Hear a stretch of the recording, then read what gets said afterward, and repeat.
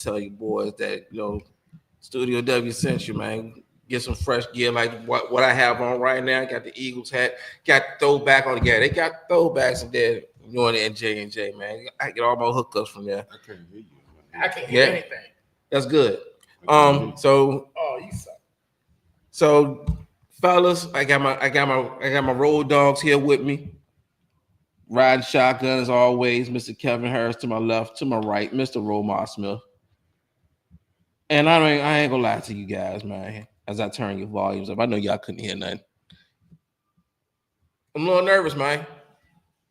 I'm not gonna lie to you. I'm a little nervous. It's Super Bowl Sunday, Eagles versus the Chiefs. Y'all know what it is. What's understood don't need to be said, but we gonna talk about it anyway, ain't we? Of course, that's what we do. Man, oh man, how do we get to this point, man? Well, see, the bigger question is, how do you feel? Because I know you've been quiet the last 2 weeks, taking everything all in as far as you listen to every analyst, every podcast on every network in the last 2 weeks and taking all these notes. I've been analyzed out. You've been analyzing left and right. I've been podcasted out. I'm gonna adjust your camera there a little bit there.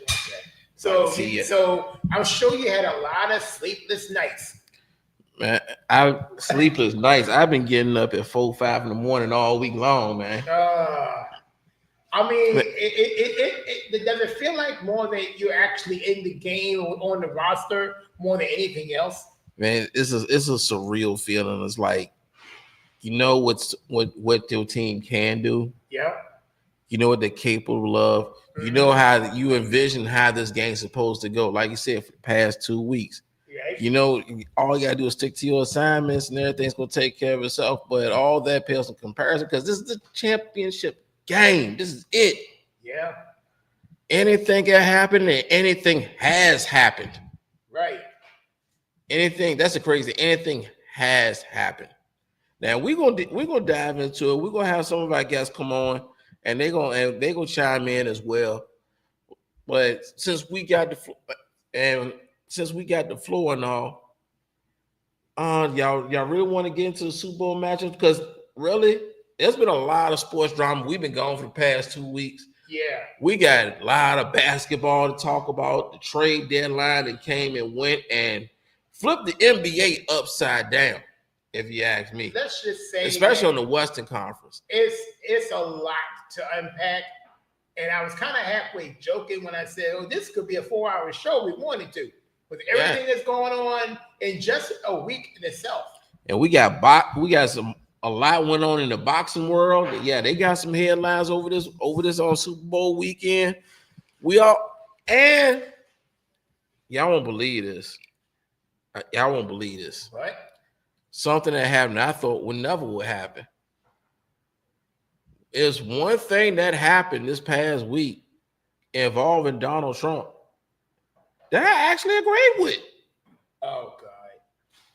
I wonder what... It's one thing that he did that I kind of agree with. Now, is he invited to the cookout? God, Jesus, no. Oh, going to the Super Bowl? No. But he did do one thing that I kind of agree with. And what is that? And what the... As my dad has a person. It's personal with him and Donald Trump. So it's... You don't have to say much to wake him up. Yeah. No, get to it. Oh, Trump signed an executive order to ban transgender athletes from competing with women. Okay. Right. Oh, he ain't got nothing to say about that now. He was like, I say it's just one thing that he did. I'm not gonna. He was not expecting that at all. The reaction was like, that one just shut up. Now everything else goes into the question. Yes, I don't agree with everything else he does, but that's the one thing. Yeah. Like what you said, I don't care. A bloke clock is right 2 times a day. A dead clock is right twice a day. Okay. And then you came back and go, they don't make them anymore.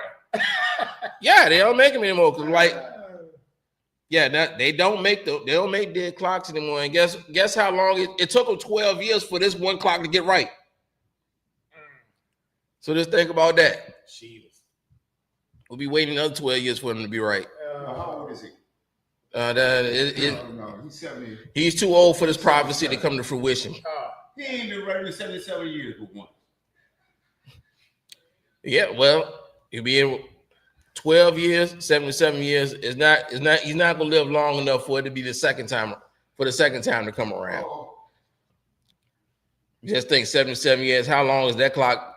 That clock needs 7 years to turn 12 hours. Oh, jeez. Yeah, that's some boring algebra. There ain't nobody know. Look, y'all, I'm nervous as hell, man, because we supposed to be winning the Super Bowl this weekend. Yeah. And we're going up against the boogeyman, the magician. And the main thing is you're in that dude. You are in the catbird seat, Mill. You are literally in the fire today because this is one of those that we feel like we're asking you questions like you go to the press conference. You know what I'm saying? Because with everything that's going on, and I'm like, okay. And I'm taking notes from, and like I said, I can't wait till Mark gets on here either because, like I said, his predictions have been dead on lately. And who is that? Mark. Yeah, the boxing guru. Yeah, we can't wait for the boxing guru to come on, man. Come on.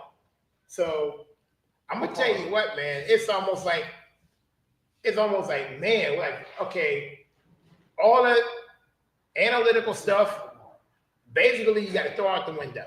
This is it. Now or nothing. You know?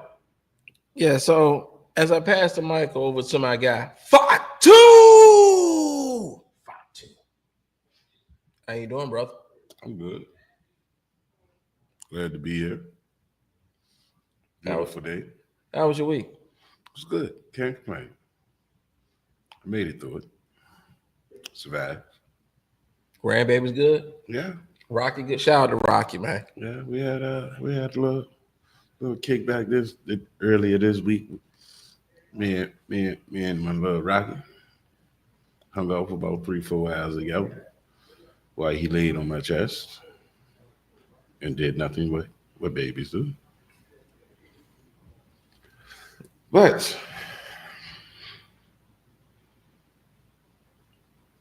you know my saying. Don't bet against the magician. And why is that, sir? We got to talk about it, man. I know everybody been saying for years, the last couple of years, it's been the refs, it's been this, it's that, it's them, they cheating for them to win or whatever. But at the end of the day, the players still got to go out there and play, right? That's right. And that's what makes me so nervous about this game.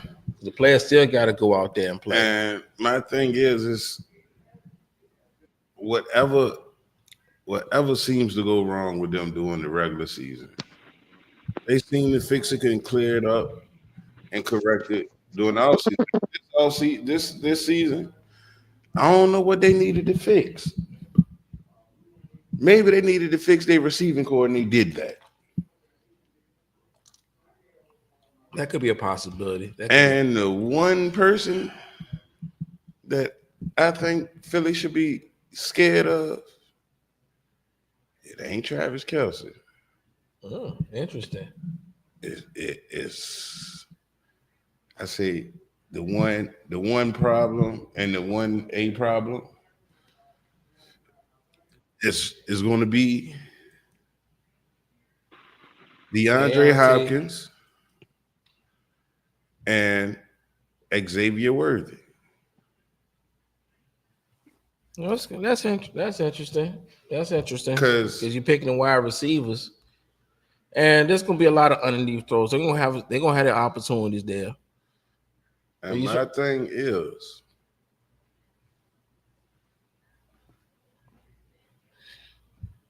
one Quintana Bay, you going up against a real one with Hopkins out there. He almost catch anything in his vicinity. That's honest.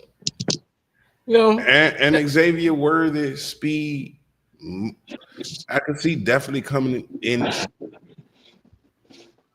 on quick slants and stuff like that. Okay.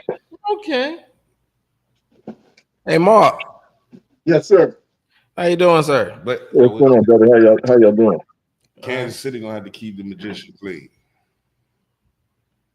We That's gonna be a tough task with y'all D line. okay. We getting the Super Bowl talk out the way real quick, Mark. So give us your thoughts on what's about to go down. Forgive me, I'm a little nervous. I ain't gonna lie to you. I'm shook. This supposed to be we supposed to take care of business, but I'm gonna let you guys go before I say what I gotta say. Well, I was going to call Romar a couple of weeks ago. I decided not to do it. Oh, I'm not. I mean, you can't beat a man when he's down. I mean that destruction there. I wasn't expecting that at all. look, I talked to Mill. No, you know what, bro? I ain't gonna lie to you. It was just I had to humble myself, but that's how I felt that day. I felt Well, no, I just needed to give you a moment of silence. So I figured I wasn't going to bother you after that. oh man, look, I mean, I was in shock. I'm being honest with you. When the first play of the game, my man breaks loose, I think this is going to be a long day. Yeah. And looking at this game coming up here, I actually am leaning with Philly in this game. The only thing I'm worried about, to be honest with you, is I don't trust. I just don't trust. For whatever reason, I don't trust Jalen Hurts, but he might ball out tomorrow. But I'm looking at everything, the matchups. I don't know if y'all. Well, I'm sure y'all noticed. I say all season long, Kansas City's defensive backs, their defense sucks. Then somehow in the playoffs they become unbelievable. It seems like this happens quite a bit with Kansas City, but looking at this game in all seriousness, Philly, this is their window here. I mean, that door closes, they lose this game. Absolutely. I mean, because they win this game, they can add to momentum they got. They lose this game, there's going to be some moves made. AJ Brown might be gone. I mean, you don't know. This is for me personally, this is a must win for Philly. And we all talk about this player, that player. I think it comes down to Andy Reid and Sirianni. And Andy Reid, you ain't out coaching this dude. So your players have got to do something significant. And I just think maybe Saquon goes on one. Maybe AJ Brown shows up and balls out. I mean, he shows up every week. He just got to get the ball. But then you got to have somebody else that, it always happens in a Super Bowl. You got to have one of them players you don't expect to do something. Maybe Dotson, somebody that you don't expect to balls out in that game. I am going to go with Philly. I'm not going to lie. I'm going with them. I'm a little reluctant because when you go against Patrick Mahomes, I don't know if I'm Philly. I know I'm going to get the call. I mean, it's going to be a 15-yard or whatever they call it. But I think on the first series that Kansas City gets the ball, I'm leveling Patrick Mahomes just to let him know I'm coming. I don't give a damn if they give me a late penalty, a personal foul. You got to hit this dude. I understand he gets up. You got to give him that thought that, damn, I'm going to be running back a lot today. Because when you make him run back, he is not successful as it was shown when Tampa Bay got him in the Super Bowl a few years back.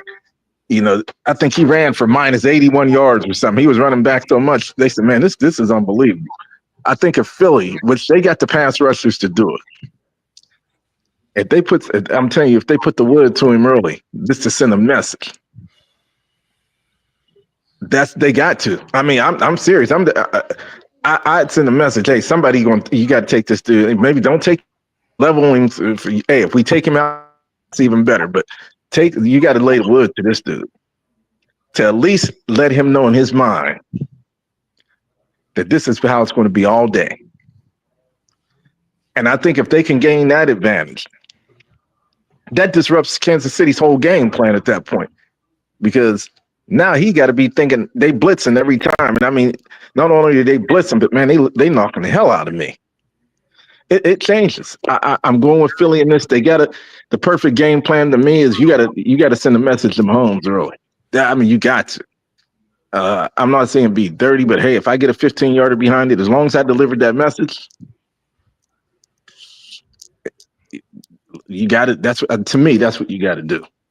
I can see that happening too. Not saying that I not even necessarily to Pat Mahomes, but somebody on the offense. Well, you got to get it to him though, Mill, because see, that's the dude that drives everything. And at that point, offensive linemen get the jumping off sides.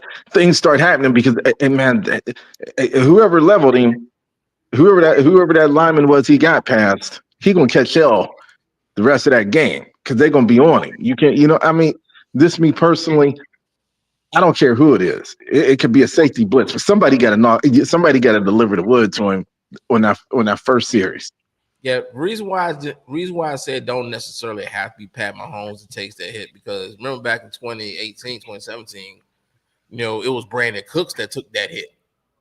And that kind of set a tone defensively for the rest of that game. Now it took like second quarter, almost halftime for that hit to happen. But after that play, that defense got a little bit more started playing just a little bit more aggressive, started taking a little bit more chances. And to your point, that's the way Jalen Hurts has to play. He has to play if it's 1-on-1, go ahead, take the shot. Don't even throw the ball. Let the receivers make a play for you. If you got that 1-on-1 there, take that shot. If not, just have it blitz, hand off to Saquon. Except for the first play, I think honestly the first play of the game, Jalen Hurts has to run the ball just to establish everything else. If it don't have to be for plus yards, but let them know that the run threat is there. That'll take a little bit of pressure off of Saquon. Besides, he's going to be facing concept blitz. Jalen Hurts will be facing concept blitz, concept coverages. Saquon's be facing 9 in the box all day, so there's going to be opportunities there. Kansas City is going to roll the dice and take some risks. So Philly's got to be able to do the same thing. And one key component nobody is talking about that I am really, really concerned with is special teams. I'm sorry, Jake Elliott ain't been all that. He's been suspect all season long. Harrison Butker has not. Harrison Butker been solid. They got a kick returner. I can't think of his name right now. It's slipping my mind. We can't kick it to this dude. I know you're talking about. I can't remember his name. We cannot kick it to this dude. I'm not impressed with our special teams coverage, and special teams was a key component in the last Super Bowl loss. I am worried about that. Jake Elliott has to kick the ball out the end zone each time. If he has to kick it, it's got to be out the end zone. Do not kick the ball to these guys. And if McDuff is coming, that means you gotta find the hot route, gotta find the 1-on-1 matchup and get the ball out quickly. Jalen Hurts has a problem getting off of his first read at times. He will, whatever is a hot route, wherever is a go route, whoever the ball is, and if he's covered, he has a hard time juggling between when to let go and go to that second read, which by the time he does that, it'd be too late. Then he's sacked and he got to take off, things of that nature. But he has to make a quick decision on that first read and get to that second read if he's going to do that. If he takes care of that, then we will have enough to do to win. But then again, we're facing Pat Mahomes, the Chiefs. Nick Sirianni is under a lot of pressure because it may come down to a play where he's going to have to make a decision. And that decision can very well, be the difference between us calling for a job in the offseason, because that's what's going to happen if we lose. Well, or him getting some of the flowers that he deserves. Well, there's something else that they didn't mention a whole lot either. You said besides Jake Elliott, the amount of fourth downs. So there might be a game that neither team's gonna go punt on fourth down. Oh no, because see, we have the brotherly shove, and what Kansas City is going to do in third and short and fourth and short. You're going to see them line up and probably 21 personnel, probably 2 wide, 2 tight ends, or whatever. It's going to be a 2 tight end set.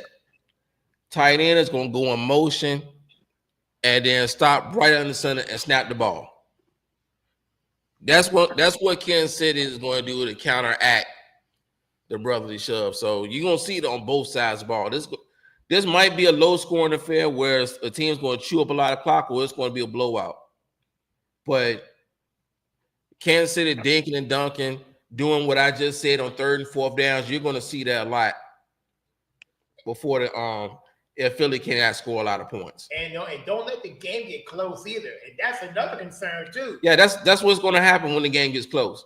That's going to be their game plan, and they're going to keep the game close until the fourth quarter.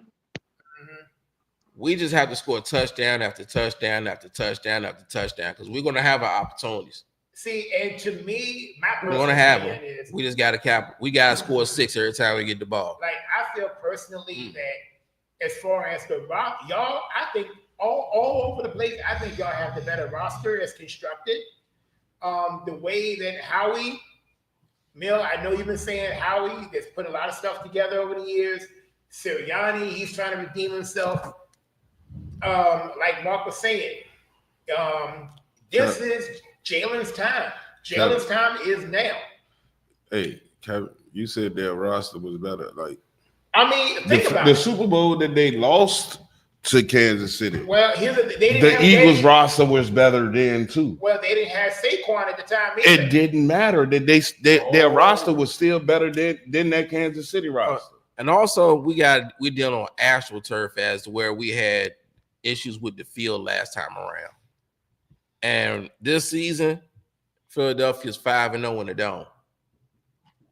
Just something to think about. Well, okay. But I'm agreeing with Roma. It's still you can have the best roster, but you still got to play a flawless game against this team. Well, yeah, and that was my next point. You see, the one thing you got to understand. You cannot turn the ball over at any given point. You have to play basically a perfect game, and to create turnovers along the way. Because in the last 9 games, the Kansas City Chiefs only turned the ball over once. So now, if y'all use the same thing that y'all did 2 weeks ago, and when y'all punched the ball out, yeah, we had the most turnovers in the playoffs. So the main thing is. Something's got to give. Something is going to happen.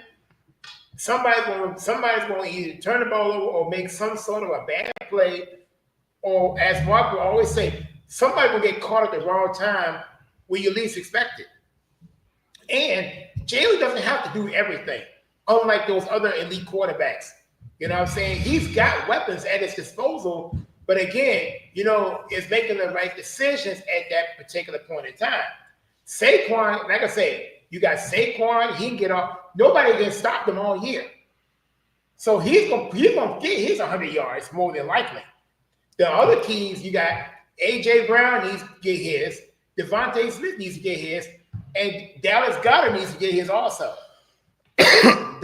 those are your main 3 go-tos.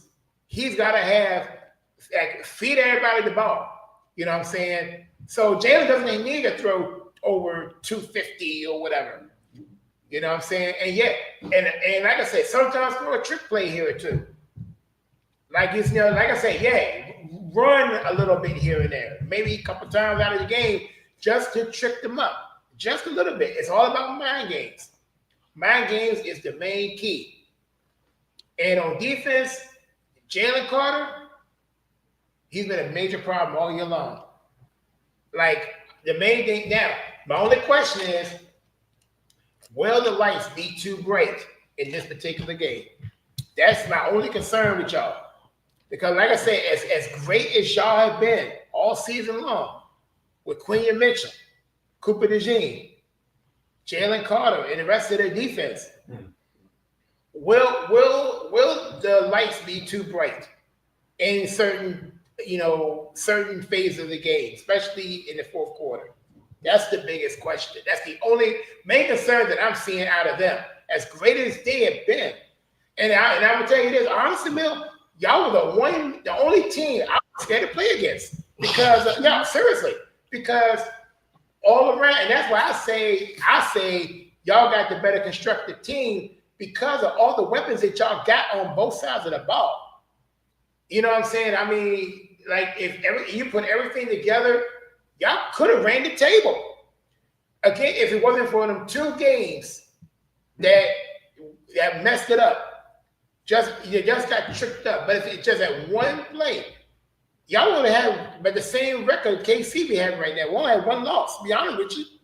Yeah, that would be the Buccaneers is the only game. No, KC got 2 losses. No, they don't. Yeah, they do. Yes, they do. Yeah, they do. Oh, they do. Well, yeah, Buffalo and Denver. Yeah. Yeah, he don't want to count the Denver one. Why not? It's a loss. That's true. I don't care how it was constructed or how many guys they rested. It doesn't matter. A loss is a loss. And dude, my thing is, I'm not too concerned about. You say, Kevin. Yes. Your concern is that the lights might be too bright. Yes. Well, see, I don't think so. I think someone like the Commanders or anyone else who hasn't been there in a while, it might be too bright for them. But Philly's been in the spotlight before. No, it's not. I wouldn't say I wouldn't take a jab at Commanders like that, but you gotta think when we talking about said Jalen Carter, Jordan Davis, N'Kobe Dean. These are 1- and 2-time national champions, so they are used to playing in games like this. Right. So Nucleus, they're used to this. I'm not worried about the lights getting too bright. Mm-hmm. I'm worried about them just trying to do too much. Maybe. Just do the same job you've been doing all season long. I mean, if you stick with the game plan that y'all have ran, and see, that's the thing, and I've seen a lot of it. We all have seen the situations where teams have gotten away from what brought you to the dance. Right. Yeah, a lot. Yeah, I go along with that. Yeah. And I think that what I would do if I were the coach, I would have Saquon in the backfield all the time, whether I would give him the ball or not. I want that threat in the backfield and let KC focus on Saquon, and then you throw some short passes or whatever it is. Like you said, Kevin, stick to a game plan that's been working for you. Mm-hmm. And I would run Saquon, but I won't overwork it, right? See, the thing is, WB, Kansas City defense coordinator. Yeah. He ain't your ordinary defensive coordinator. He wants you to do that. He wants you to have Saquon in the backfield all game long. I just say run or use him as a decoy, because guess what? He wouldn't have to. He wouldn't have to. Look. Let's nip this in the bud. But I'm just saying, like Spagnuolo he done watch tape. He playing. He already gonna have something in store for that. If he can, he would. It's not when you got a running back that I can catch out the backfield like you can stack 9 in the box and he still takes it 70 yards to the house. That's hard to game plan for, bro. I don't care who you is. I'm not taking nothing away from Steve Spagnuolo. He's going to go down as one of the greatest defensive coordinators, most decorated defensive coordinators ever lived. He already got 4 rings. I ain't taking nothing away from him. I'm just saying, if he don't have what it takes to stop him, there's only so much he can do. And not a lot of teams got what it takes to stop what Philly can do. And keep putting 9 in the box and see what happened to you. Now they're open. Now they're vulnerable to their pass. Yeah, no. When you put 9 in the box and you can still hand off to Saquon, that means Saquon only has to make really one guy miss. And there's nobody else behind that one guy. Yeah. Well, then guess what? You also have the advantage on the receiving end too, with your wide receivers. Yeah, they got one-on-one. They have one-on-one. They have one-on-one opportunities there as well. But you see what happens when Philly just sticks to it. It doesn't. We might not even need the running. Now we're gonna need the passing game also. I mean, this time around, yeah, everyone's gonna say that most definitely. And don't let it. If Saquon runs on the outside, it's over. It's a wrap. And that's the thing. Because if Saquon, anytime he runs on the outside, he's most dangerous out in that on the left side of the field versus in the middle. Because again, all it takes is a couple of guys to miss, and then he'll do some weird, crazy move that you don't want to see. I mean, man probably wouldn't make that, couldn't create that when he did that move.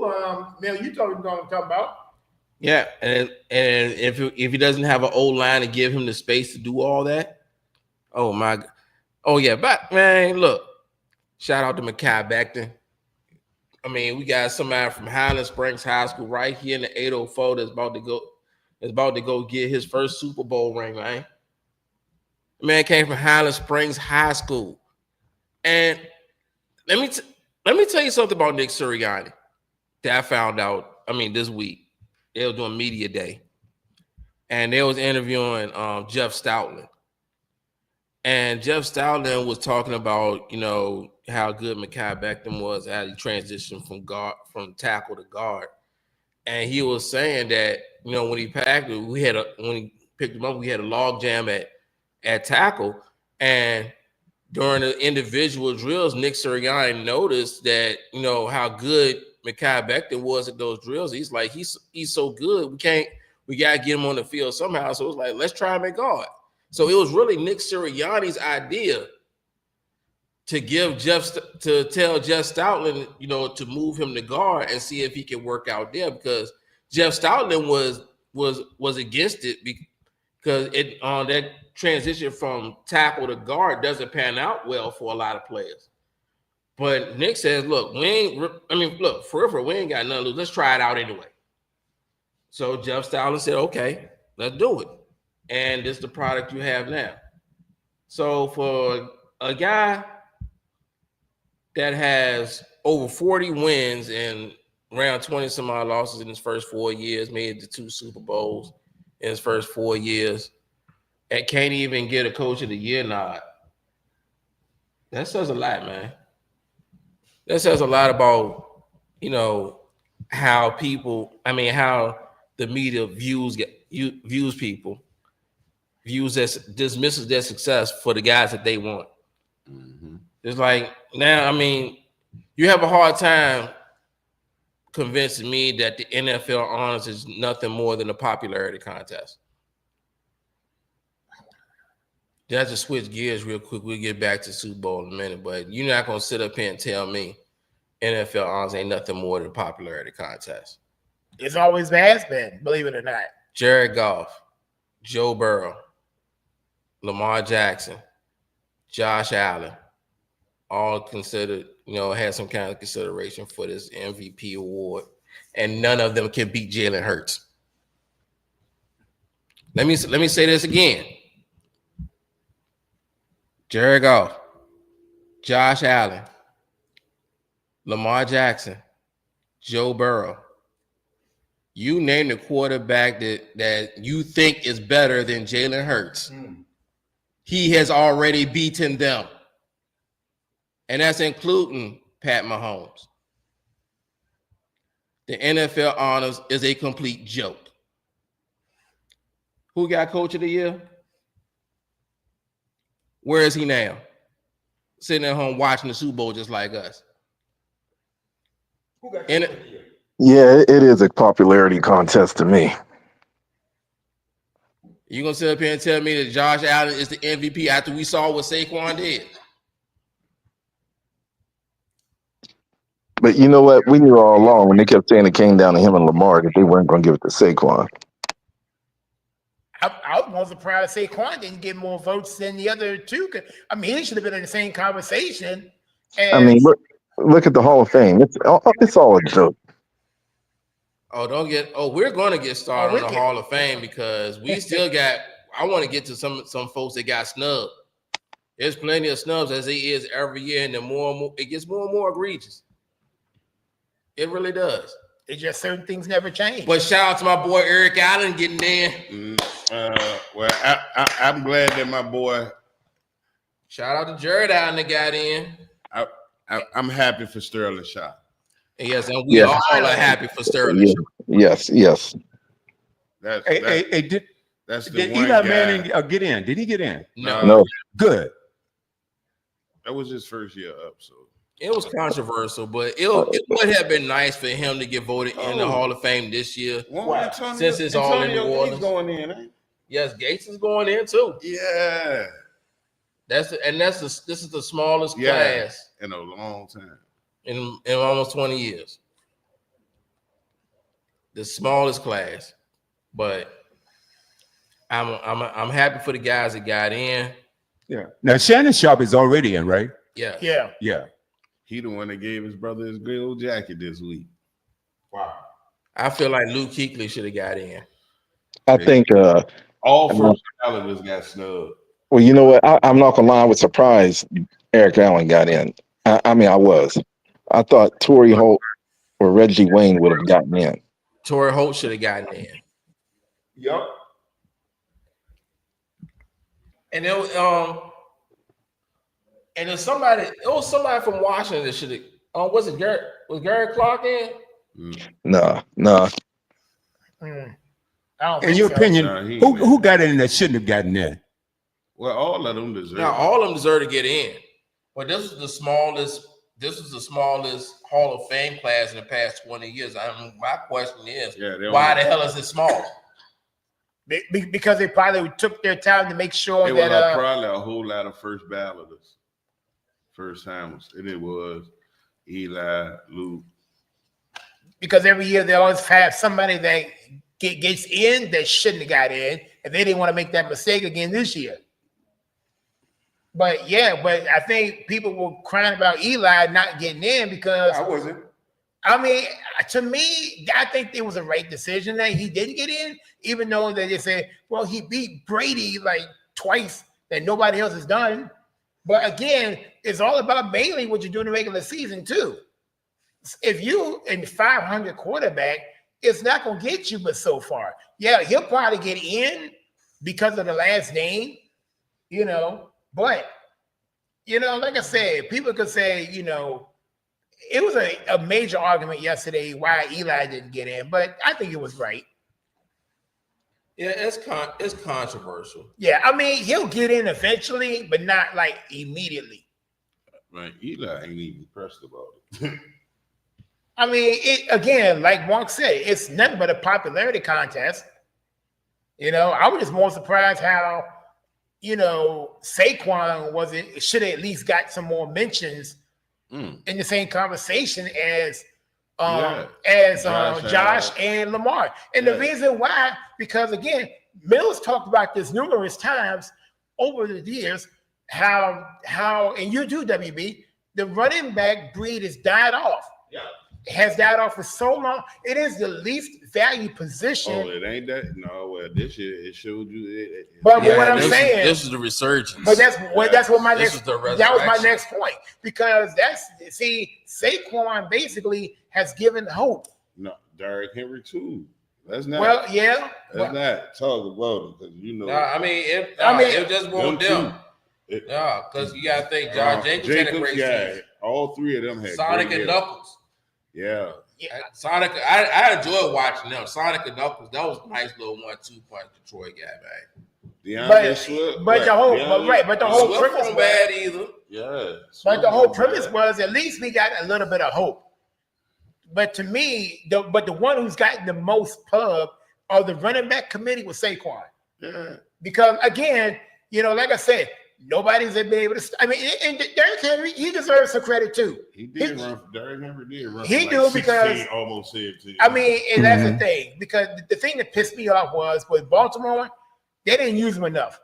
They're not utilizing him correctly. That's true. I go along with that. You know what? Let me tell you why I think that Saquon and even Derrick Henry should have been in the conversation, right? Well, he was in the conversation, but he didn't make it as high as those guys.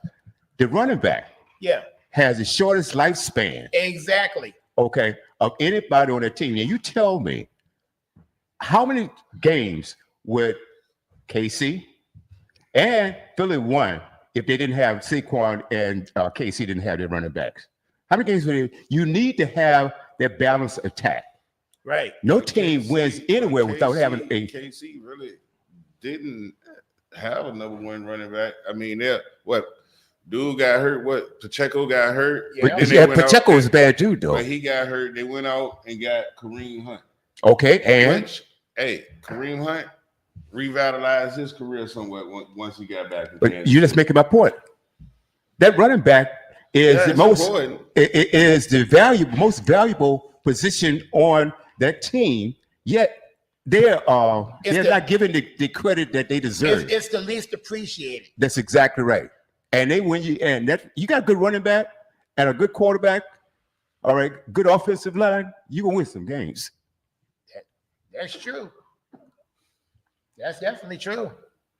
Yeah, I've been saying this, and I've been saying this ever since I've been on the Studio W Sports page.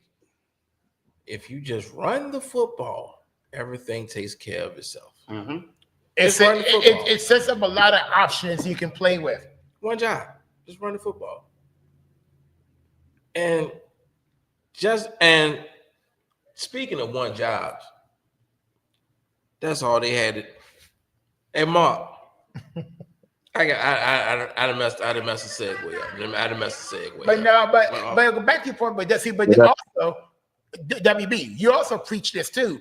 Yes, you say run the ball, but where does it all start? WB, what is it? That offensive line.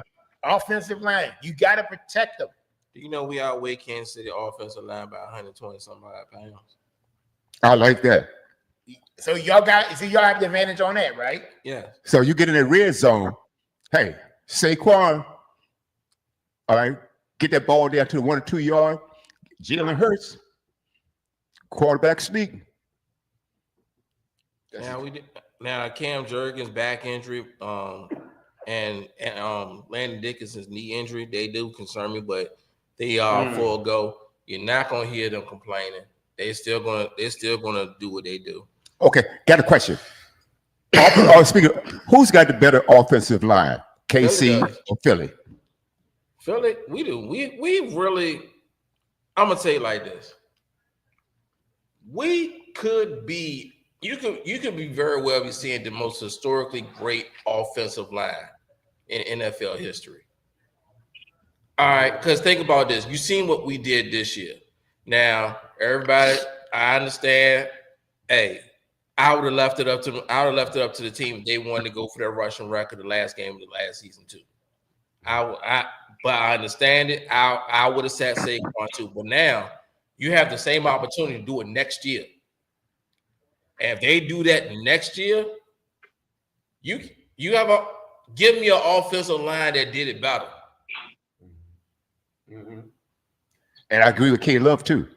I would pull that line over to the left or the right, and I find a way to get Saquon on the outside. Yep. It's not all right. I'm gonna go a little bit deep. It's not so much Saquon. You get some either a guard or a tackle pulls. I'm peeling back the curtain a little bit because y'all don't see it. You're gonna see it tomorrow. You see Mekhi Becton or Landon Dickinson, you see one of those guards pull, and once you see Saquon go behind him, he's taking it to the house. That's what I'm talking about. It's not so much getting Saquon out in space. Those guards got to get out in space. Well, that's what I say. All you got to do is create a little hole. Yeah, it's not so much Saquon, it's the guards. No guards get out there. Oh, he's gone. And that's what I was telling about WB. That would be the game plan. It's the offensive. If the offensive line is the main key in starting the whole thing. That's so right. Again, once they do their job, it makes it a lot easier to again peel the curtain. Saquon gonna do his thing. He's gonna get at least a good 10, maybe more yards out of the deal. And now let's say we get forced into a third and long situation. Now I do have some concerns about Mekhi Becton because if there's a weakness in this game, it's in pass coverage, and he has to face who, Chris Jones. Yes, so you're gonna have Chris Jones exploiting that, and Spags loves to blitz his corners, so you got that dynamic going on. Their linebackers are pretty good. Well, then I'll also have one of them spying on Mahomes. Cause see, I'm talking about the other side of the ball. I'm talking about their defense against our offense. So so if you're in 3rd and 10 or 3rd and 8, whatever, it's a situational football where they're gonna have the edge. Now we have to be perfect in that aspect. How is Hurt's knee? Was it his knee injury? He had a knee, right? It's not going to be a factor. I don't think they even really talked about that. Last time he wore a brace at last game, I believe. Yeah, he started off with it, but he took that brace off, and after he took that brace off, the Eagles took off. But we're not gonna talk. We're not gonna talk about it. We here for the Super Bowl. We here for the Super Bowl. This is it right here. Yeah, I like them little slick shots. I'm trying. I can read it. You're not getting them. You're not getting your bullets past me. I mean, they flying by. Yeah, like I said, I talked to you on the phone. I take my humble pie. I ate it, but I had to do what I had to do. Right. It was so nice that when you called me on the phone 30 minutes after the game was over, Bill, that Sunday, I was like, see, my first thought was like what Mark said earlier. He was like, "Nah, he couldn't go through and call the Romar. I was waiting for you to call me." I humble myself. I know. I didn't want to talk to anybody. I was like, "All right, you know what? Hey, these people. This man ended up exactly where I said he was going to end up at."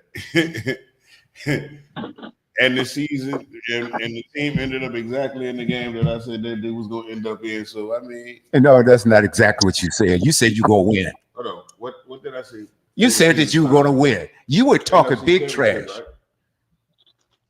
You said you thought that y'all could come up to Philly and whip. Yeah, I did. Yeah, I did. And so, what story you will go with today? No, there's only one story he can go with.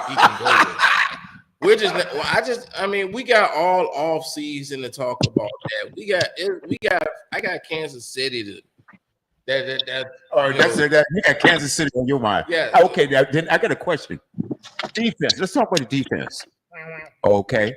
Do you say that both teams are on par with one another, or who has a slightly better? We have the better defense. You got the better defense. You got the better offensive line. You got Saquon Barkley.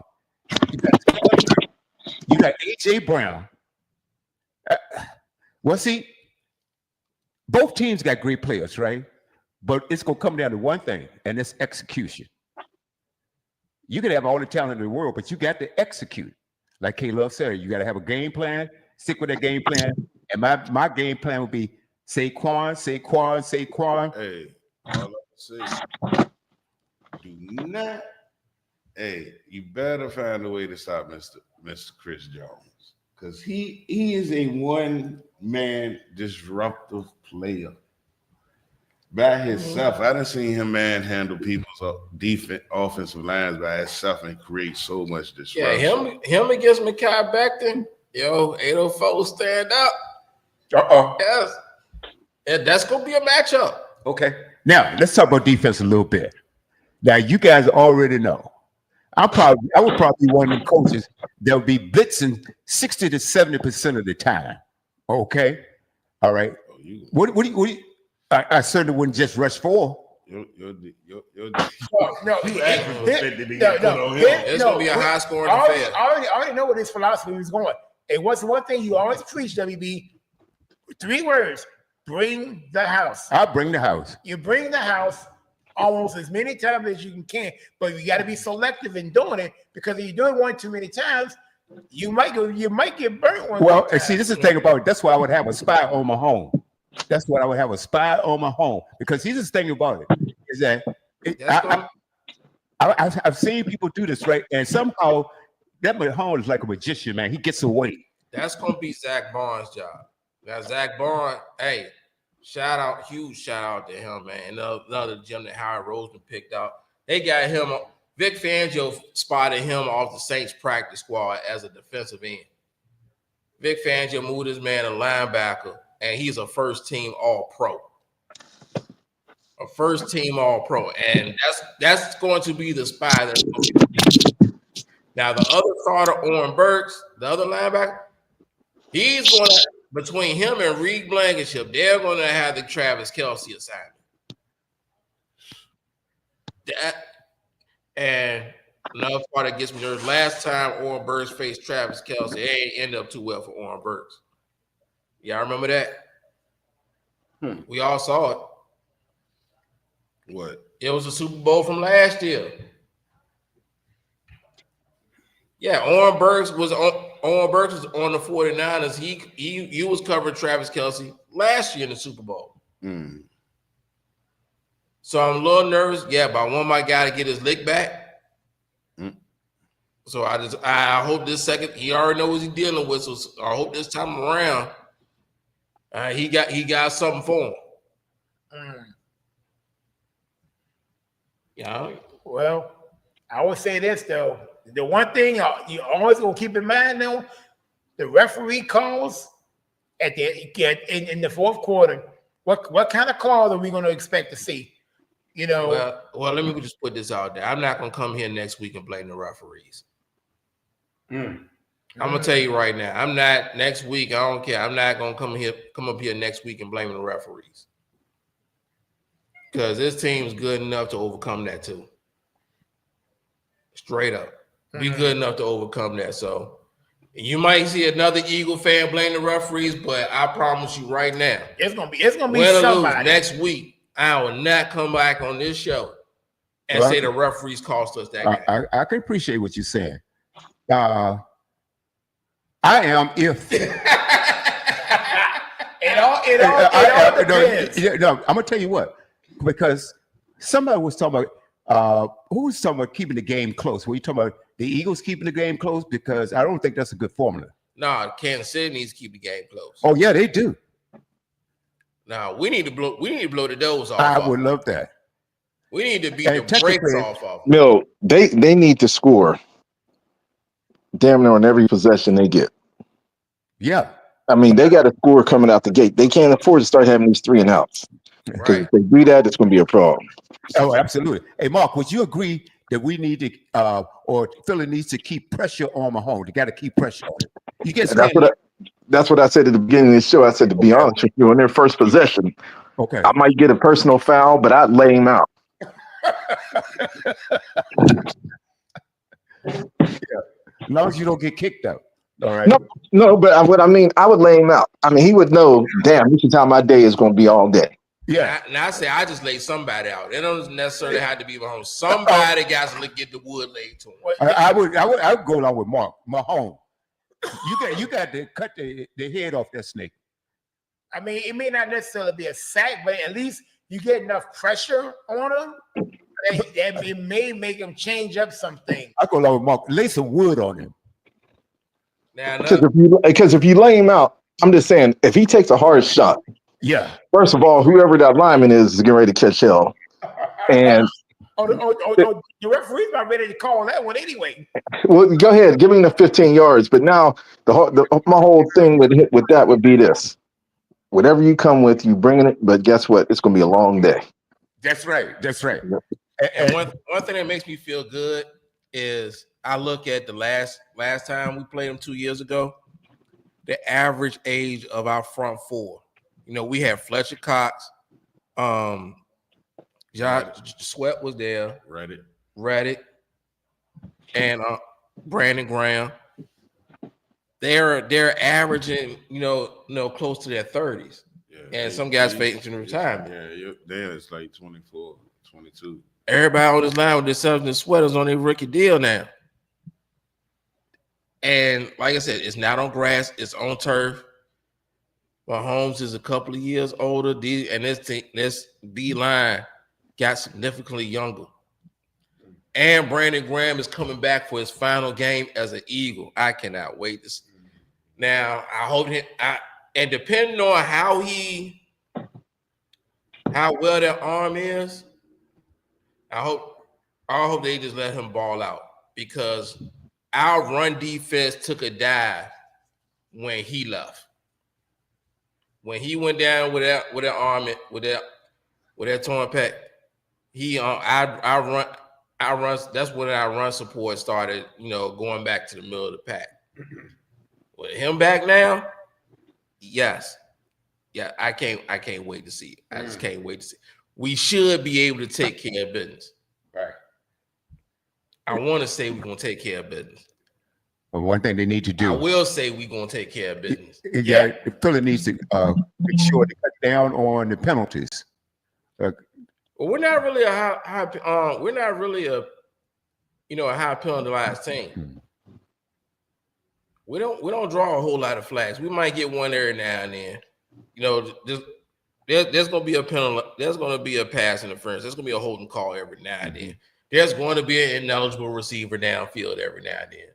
But we're not constantly holding. We're not constantly offsides and false starts and stuff like that. Stuff like that is going to happen due to the nature of the offense that Kellen Moore is running.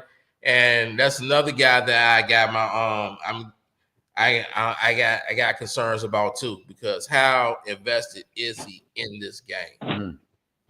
I'll tell you something else. So that's why I always bring the house. Hey, check this out. Philly brings the house, then KC gonna catch a whole bunch of holding penalties. I guarantee you. Well, they're gonna. It depends on how many. Well, that goes back to. I'm still not gonna blame the refs, but how many calls the refs is gonna go? Because I wouldn't put it Jalen back Carter to gets this held point. every play, every game, and they don't call it. So And then Jalen's gonna get Jalen Carter gonna get double teamed every chance he gets because they already know how big of a problem he's been. So that's the thing, because that's gonna leave somebody else open. Davis. Nolan Smith, Somebody team in sacks. Somebody else is going. Somebody else. See, and everybody's so focused on what Jalen Carter's going to do. And Nolan Smith been balling, bro. And nobody's even talking about anybody else per se on that line.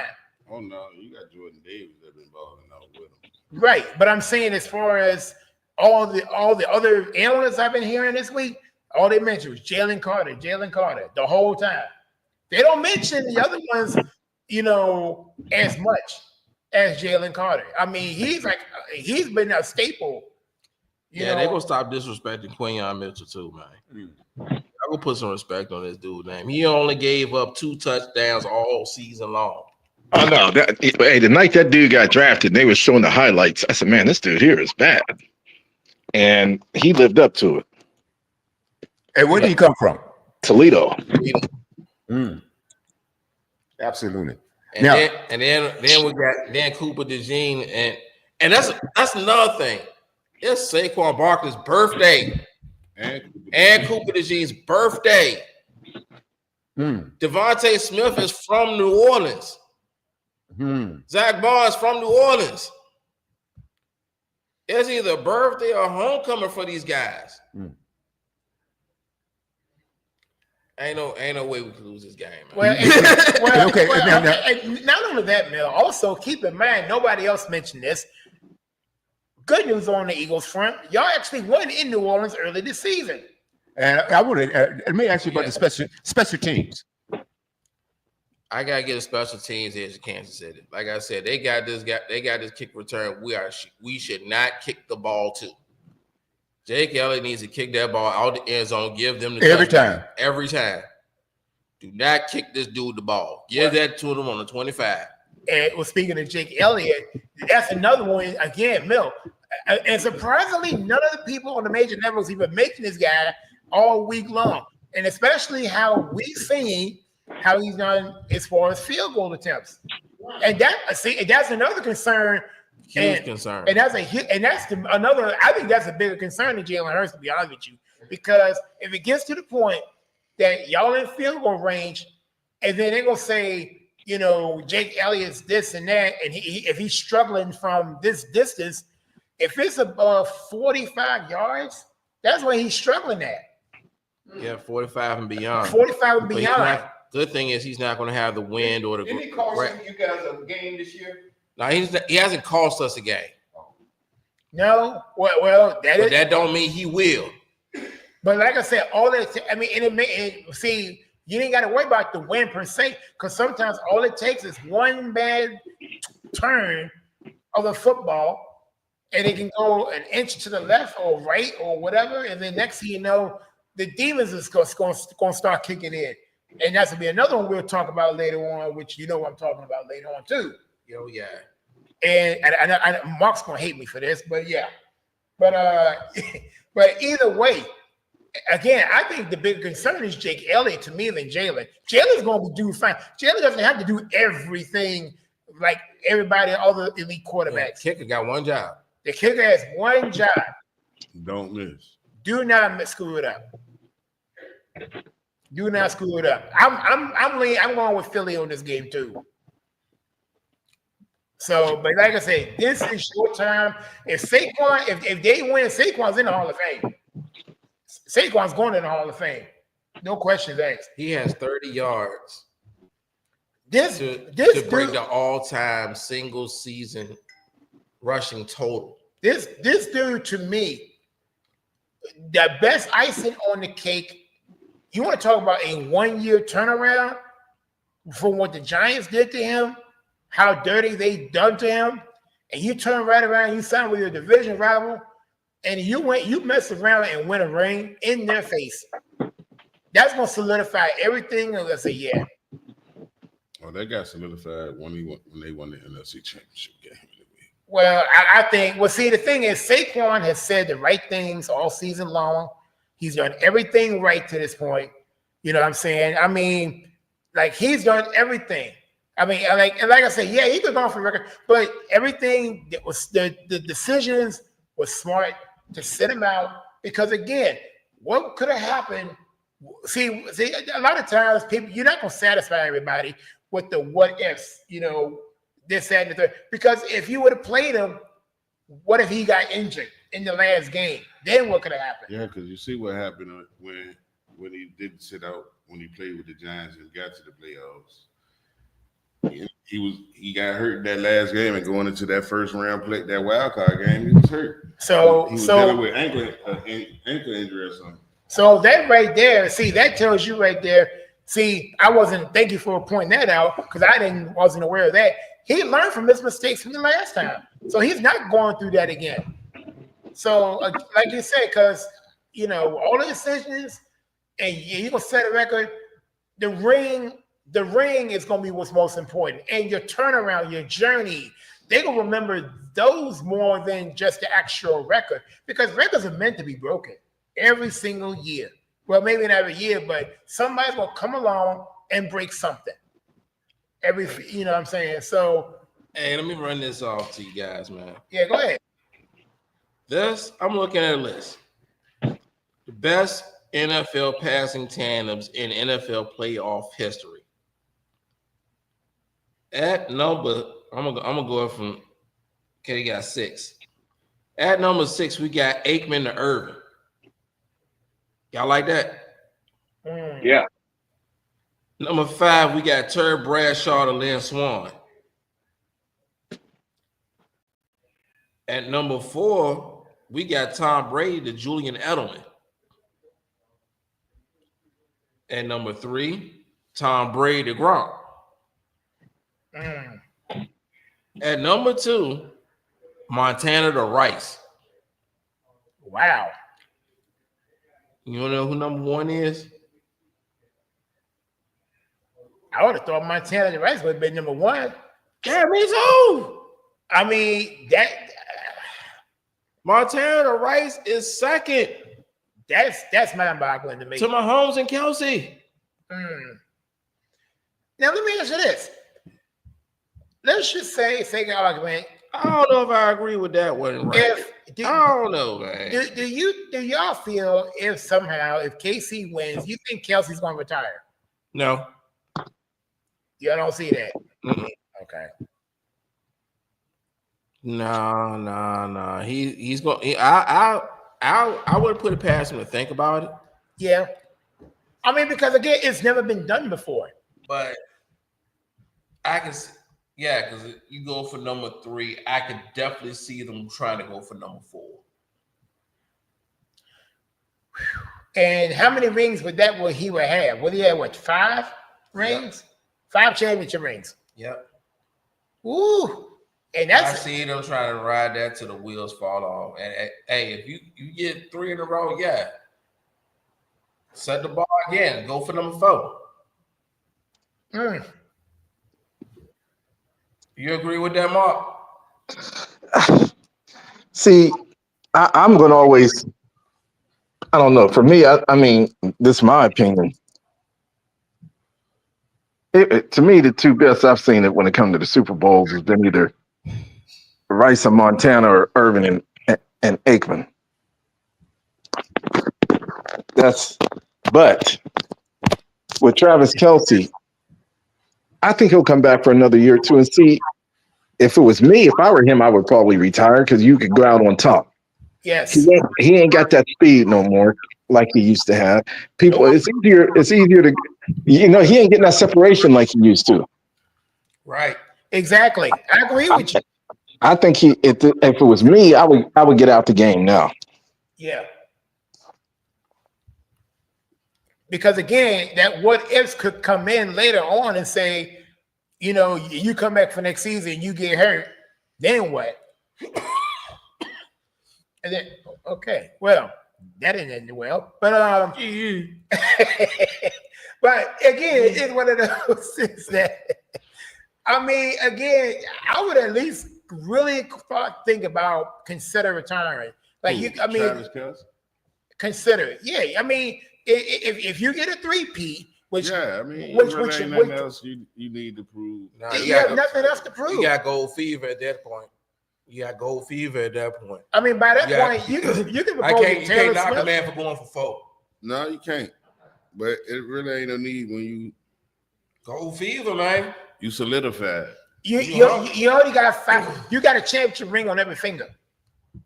Yeah, do the one thing Jordan could do, because remember the last dance, he always regretted not going for 4. That's his regret, not going for that 4th one. So once you are great, you achieve greater greatness. So what is the question on the table? Okay, my question was, if Kelce, let's say, wins his 3P, which will give him 5 rings, would you consider retiring, or will you come back for another season?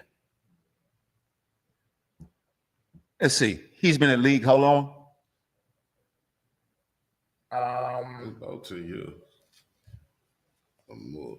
I'm not sure per se, but again, he ain't been at 10, more like maybe 8 or 9. No, I'd come back. All right. So Mark would say retire. You say come back. Oh, definitely. You come back. Roman, you said coming back, and I say come back. Y'all 3 say come back. Yeah, definitely. Why not? I'll probably say, look, all right, I ain't got nothing else to prove, and like Mark was saying, we seen what the drop off was, Okay. Now, right now, you consider Kelce. Let's say that he wins this one. Let's say he wins this one. Would you consider him the greatest wide receiver of all time? You mean? I'm sorry. No, not wide receiver. You're tight end. Tight end. No. So why not come back? And then say he wins it again. He still ain't gonna be the greatest tight end of all time. Then who is? You're a 10-time Pro Bowler. Who is? The greatest wide receiver. The greatest wide. Top 5. You Going mean from tight end? 5 to 1. Going from 5 to 1. He's not a wide receiver. It's a tight end. I stand corrected. The greatest tight end of all time. You gotta go with Isaac Newsom. I mean, you got Shannon Sharp. How many rings Shannon got? He got 3. All right. How many Kelce got? Now Sharp got 3. Kelce got 4. Okay, that don't mean a Gronk. He got 5. Who was that? Gronkowski got 5. Okay. Travis Kelce, to me, he's not the best. Antonio Gates. You got. Hey, Come on, let's not forget about people like Mark Bavaro. Well, no, you know what? I'll be honest with you. When it comes to that position, he had a great run. I don't think he was the greatest. I mean, I think Gronk was above him. Yeah. I would say Tony Gonzalez. I say Tony Gonzalez was above him. Shannon Sharp to me was above him. Numbers wise, Antonio Gates is above him. Prison. Shit, George Kittle's above him. Nah, I ain't gonna say that. I ain't gonna say that one. He's above him right now in He's game, but good. at their primes, no. But no, in their prime, Travis Kelsey's better than George Kittle.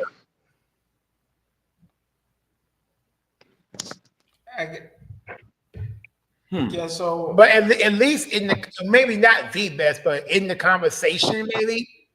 Well, he's in the conversation, but like I said, I mean, Jason Witten was good.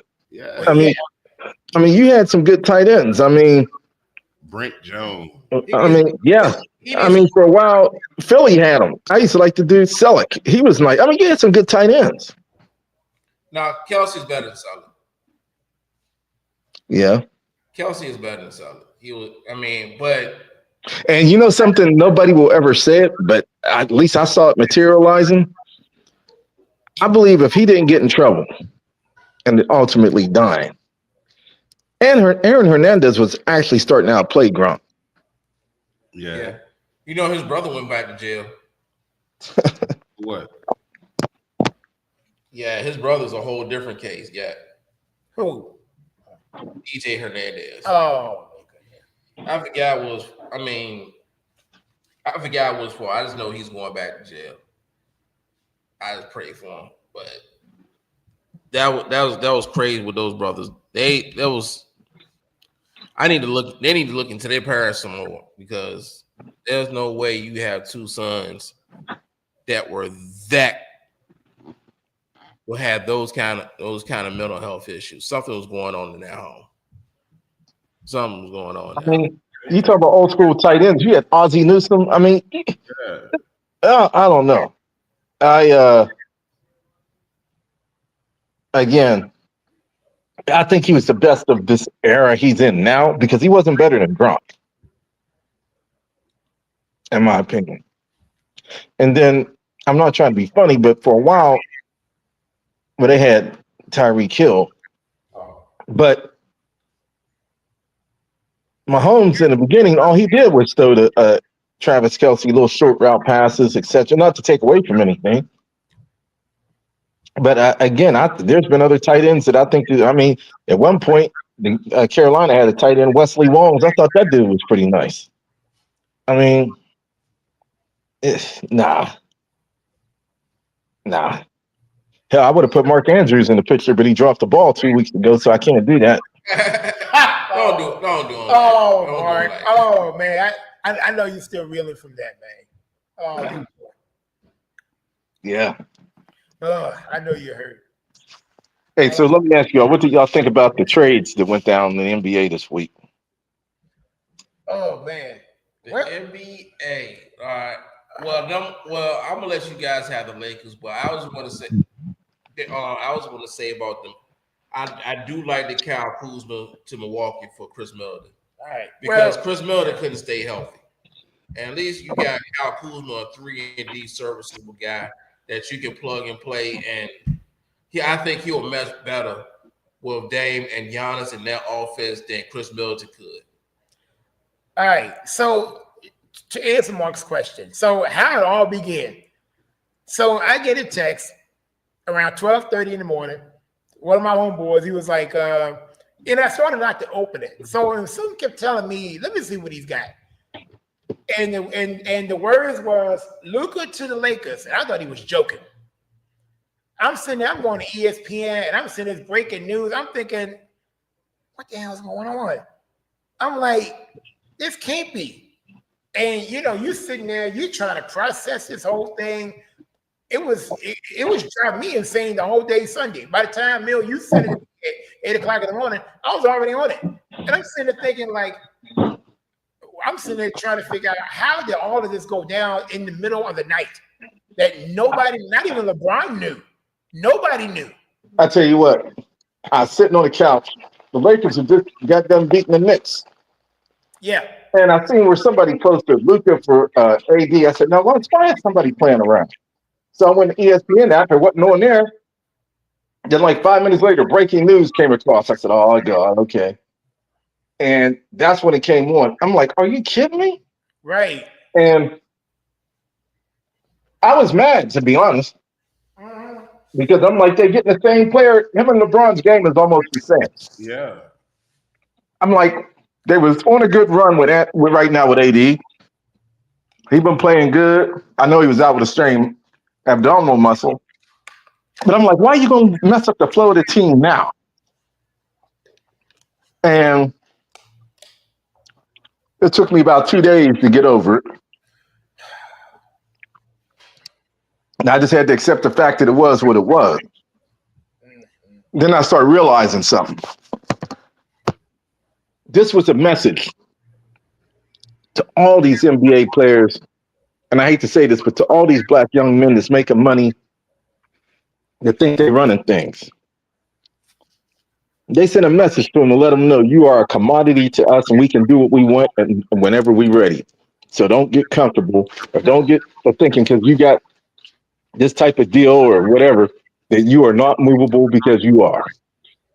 And in the case of Luka, I think Dallas got tired of him. If Mark Cuban had still been the owner, that wouldn't have happened. Yeah, because everybody was shocked. They did that in the middle of the night. Hey, they didn't even let any of them know what was happening. No. And that's the thing, because I'm sitting there thinking, like, I couldn't sleep that whole Saturday night going to Sunday. I had to work the next day. I'm like, and then I got my coworkers was asking me about it, and I was like, dude, what, like, I don't understand it. It's too much time to pack. We're still trying to. I mean, it's like you're in the grieving process right now. I'm thinking, like, so then of course, there's always a story behind it. Within a day or two, and the main person that everybody's looking at is Nico Harrison. With what he pulled, now they say Dallas won the short term with getting the AD and everything, but LA basically they set themselves up for the future because Luka is going to be the number one person who's going, like, LeBron doesn't have to do everything now. LeBron ain't gonna be there much longer. No, LeBron's gonna be gone in about a year or two. So they already set themselves up for the next 10 years that Luka's gonna be, the number one guy in LA. If he is in shape. See, that's the problem. And that was the reason. That's one of the reasons. Like, he didn't condition well. That was one of the main reasons why the trade happened, because again, he was a liability on defense. Him and Jason Kidd did not see eye to eye line. Yep, that was. And you coming in weighing 270 pounds. Like you coming in weighing like Zion, basically. Yeah. He didn't want to work out. He came to practice late. There's a lot of things. But the main thing is, and Mark can attest to this, you got to stay, and you weren't able to stay healthy. Well, the problem was they say he always came in out of shape. Yep. A lot of the soft tissue injuries he got was because he was out of shape. I didn't like the fact that every time I turned around, he was yelling at the referees. Oh, that was another one. And I don't know. Part of me think that I tell you what, both do. I tell you what, Rob Pelinka and Lee got a long-standing relationship. They said this had been in the works for a minute. Dallas didn't talk to anybody but LA. Exactly. And get this dude out of there. Hey, wasn't he for a max contract too? He wasn't for a max deal. And he would have been like for a super max contract. He actually lost $116 million. Well, since he got traded, he lost all of that. Mm-hmm. And so the injury, the man just bought a $15 million home last week. Yeah, that's why he was crying. He just closed the deal on that. 3 days. Wow. I mean, the Dallas Mavericks screwed Luka in every which way they possibly could have. Now, wow. Differently, look at it like this. They basically saying, look, we need the ball in Kyrie's hand, let him run with AD, and we can do some things. The younger talent we got, Lively, Gafford. That's the plus side of it. We Yeah. can't do anything because Luka got to have the ball all the time. Mhm. Now, here's the negative part. How long AD been in the league now? About 11 years. Here go the negative part. And Luka's been in how long? I'm curious to what AD's mindset is because he just bought a crib in LA himself. Are you serious? So, But see, it doesn't really affect AD as much as it does Luka because if you want to buy a house between LA and Dallas, you're more right. You much rather get out of LA and try to go to Dallas with the Well- luxury tax and all the issues with fires and mudslides and things of that nature. So AD going from LA to Dallas, I ain't too mad at that one. Because he's going to, I still feel like he's much better situated, even financially. Well, I I mean, was ain't gonna no say luxury. with no state taxes. Yes, as for LA, who has the highest in LA. but you know what people tend to forget? And I learned this on a 30 for 30 thing. Do you know every time when they on the road, when they playing in different arenas across the country, they got to pay taxes in every state they play in? Mm-hmm. So they might get a break for 41 games, but them other 41 games, they got to pay taxes for playing in those cities. And that's why they put no man. They don't want to play on the road. You know, so then the Lakers picked up a dude I ain't never heard of in my life, Mark something. The center from Charlotte. Yeah, Mark Johnson, I think his name was. I think Mark Williams. I think. Whatever. Yeah. and But, then about how great he can be, but I'm like, well, the dude that he's played 86 games and missed 140. yeah. Yeah, his track record wasn't too great. I was wondering if anybody else picked up on that. No, none of their track records is great. Everybody that's getting traded is injury prone. Yeah, but Luka was so vouching for him. Like, yeah, we can do a lot of lines with this dude. I mean, Chris Middleton can't stay healthy. Luka can't stay healthy. Well, but Mill, What's the feedback? but see, Chris Middleton's about done. You know, What do you say about Chris Middleton? I think he's about done. Yeah. Yes. Yeah, that's why I so like that trade from Milwaukee. Yeah, I mean, if you want to get rid of him and just ship him to the world. And the weird thing was he actually had a 3-game winning streak at one point. Oh, did y'all hear? Oh, the Wizards? Yeah. Oh, as a matter of fact, I think they betting 500 now. Wow. See. Did y'all hear the news where Brooklyn bought out Ben Simmons and He's going to go to the Clippers. Yeah, once he cleared waivers, he's going to the Clippers. Who, Middleton? No. Ben Simmons. The one who stole money. They all stole money. Yeah, but he's the worst one out of the bunch. They No, all he was having a good year this year. He's actually been playing a lot of good ball. Actually. I wonder no But wonder he still ticket can't prices shoot are a high. three. Where's all this money don't coming have to. from? Sponsors. Well, Good for the Lord. NBA, yeah, sponsorship. Good Lord. I mean, these $100 million contracts. And speaking of $100 million contracts, let's talk about the other trade. Yeah, speak of this one. Jimmy Butler, $121 million for 2 years. Extra. But I tell you what makes this even more interesting. Kevin Durant did not want to go back to Golden State. That trade was in place. And why do you think he didn't want to go back when he won a ring? His only ring. I think it's because of that. I think it's that whatever him and Draymond got into it about. Yeah, I mean, because him and Draymond had issues then. He's not going to go back to it again. But the weird thing about him, Mark, is the Suns, I think they're cursed for the next 10 years because now, again, Bill, go ahead and laugh with me on my next statement. Arizona does not deserve nice things. Phoenix is another one. And you know, I tell you what. Has not been cursed. But you know, and let me tell you Why? something. Because I think Durant should have stayed at Golden State because if it came down to it, I believe they would have gotten rid of Draymond before they got rid of Kevin. No.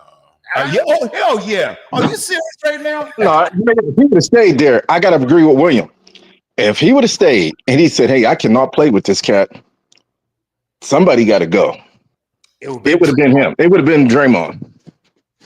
absolutely. You don't have one of the top, and I'm saying top 2 players on this earth. That's right. And Draymond would have had to been gone. And I tell you what, they would have been better off for it. And KD would have had more than one ring. I guarantee you. Well, given the current state of affairs, Golden State now, one would have to agree with that now. I mean, we all say hindsight's 2020, but I mean, of course, the guy who don't score as much before the guy. Yeah, he got to go for the guy that can score, that can get you a bucket whenever you need it. So I get that. And you got a long body too. Now, shucks. Now, let's talk about Durant on the defensive side. Okay, nobody talks about that. What's your guys' opinion about that? What defense? I mean, people tend to forget that guy's about 7'1". That's right. You know. Again, does he bring that energy Draymond bring? No, but you don't need that energy when you hitting from half court. I mean, he's the most unguardable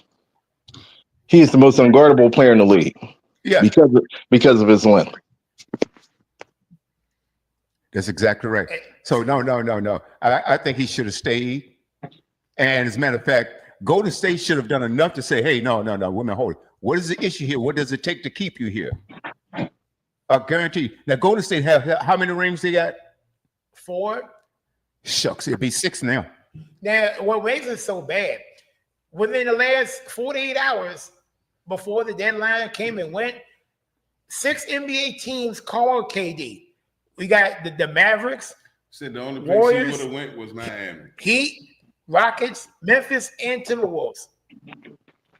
6 teams were calling for him to see if they was going, if they, how bad they, wanted to get rid of him. If they wanted KD.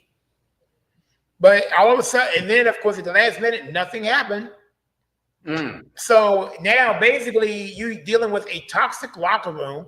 The Suns are a 500 team, and they're barely in the playoff hunt right now. I think they're sitting at 10, if I'm not mistaken.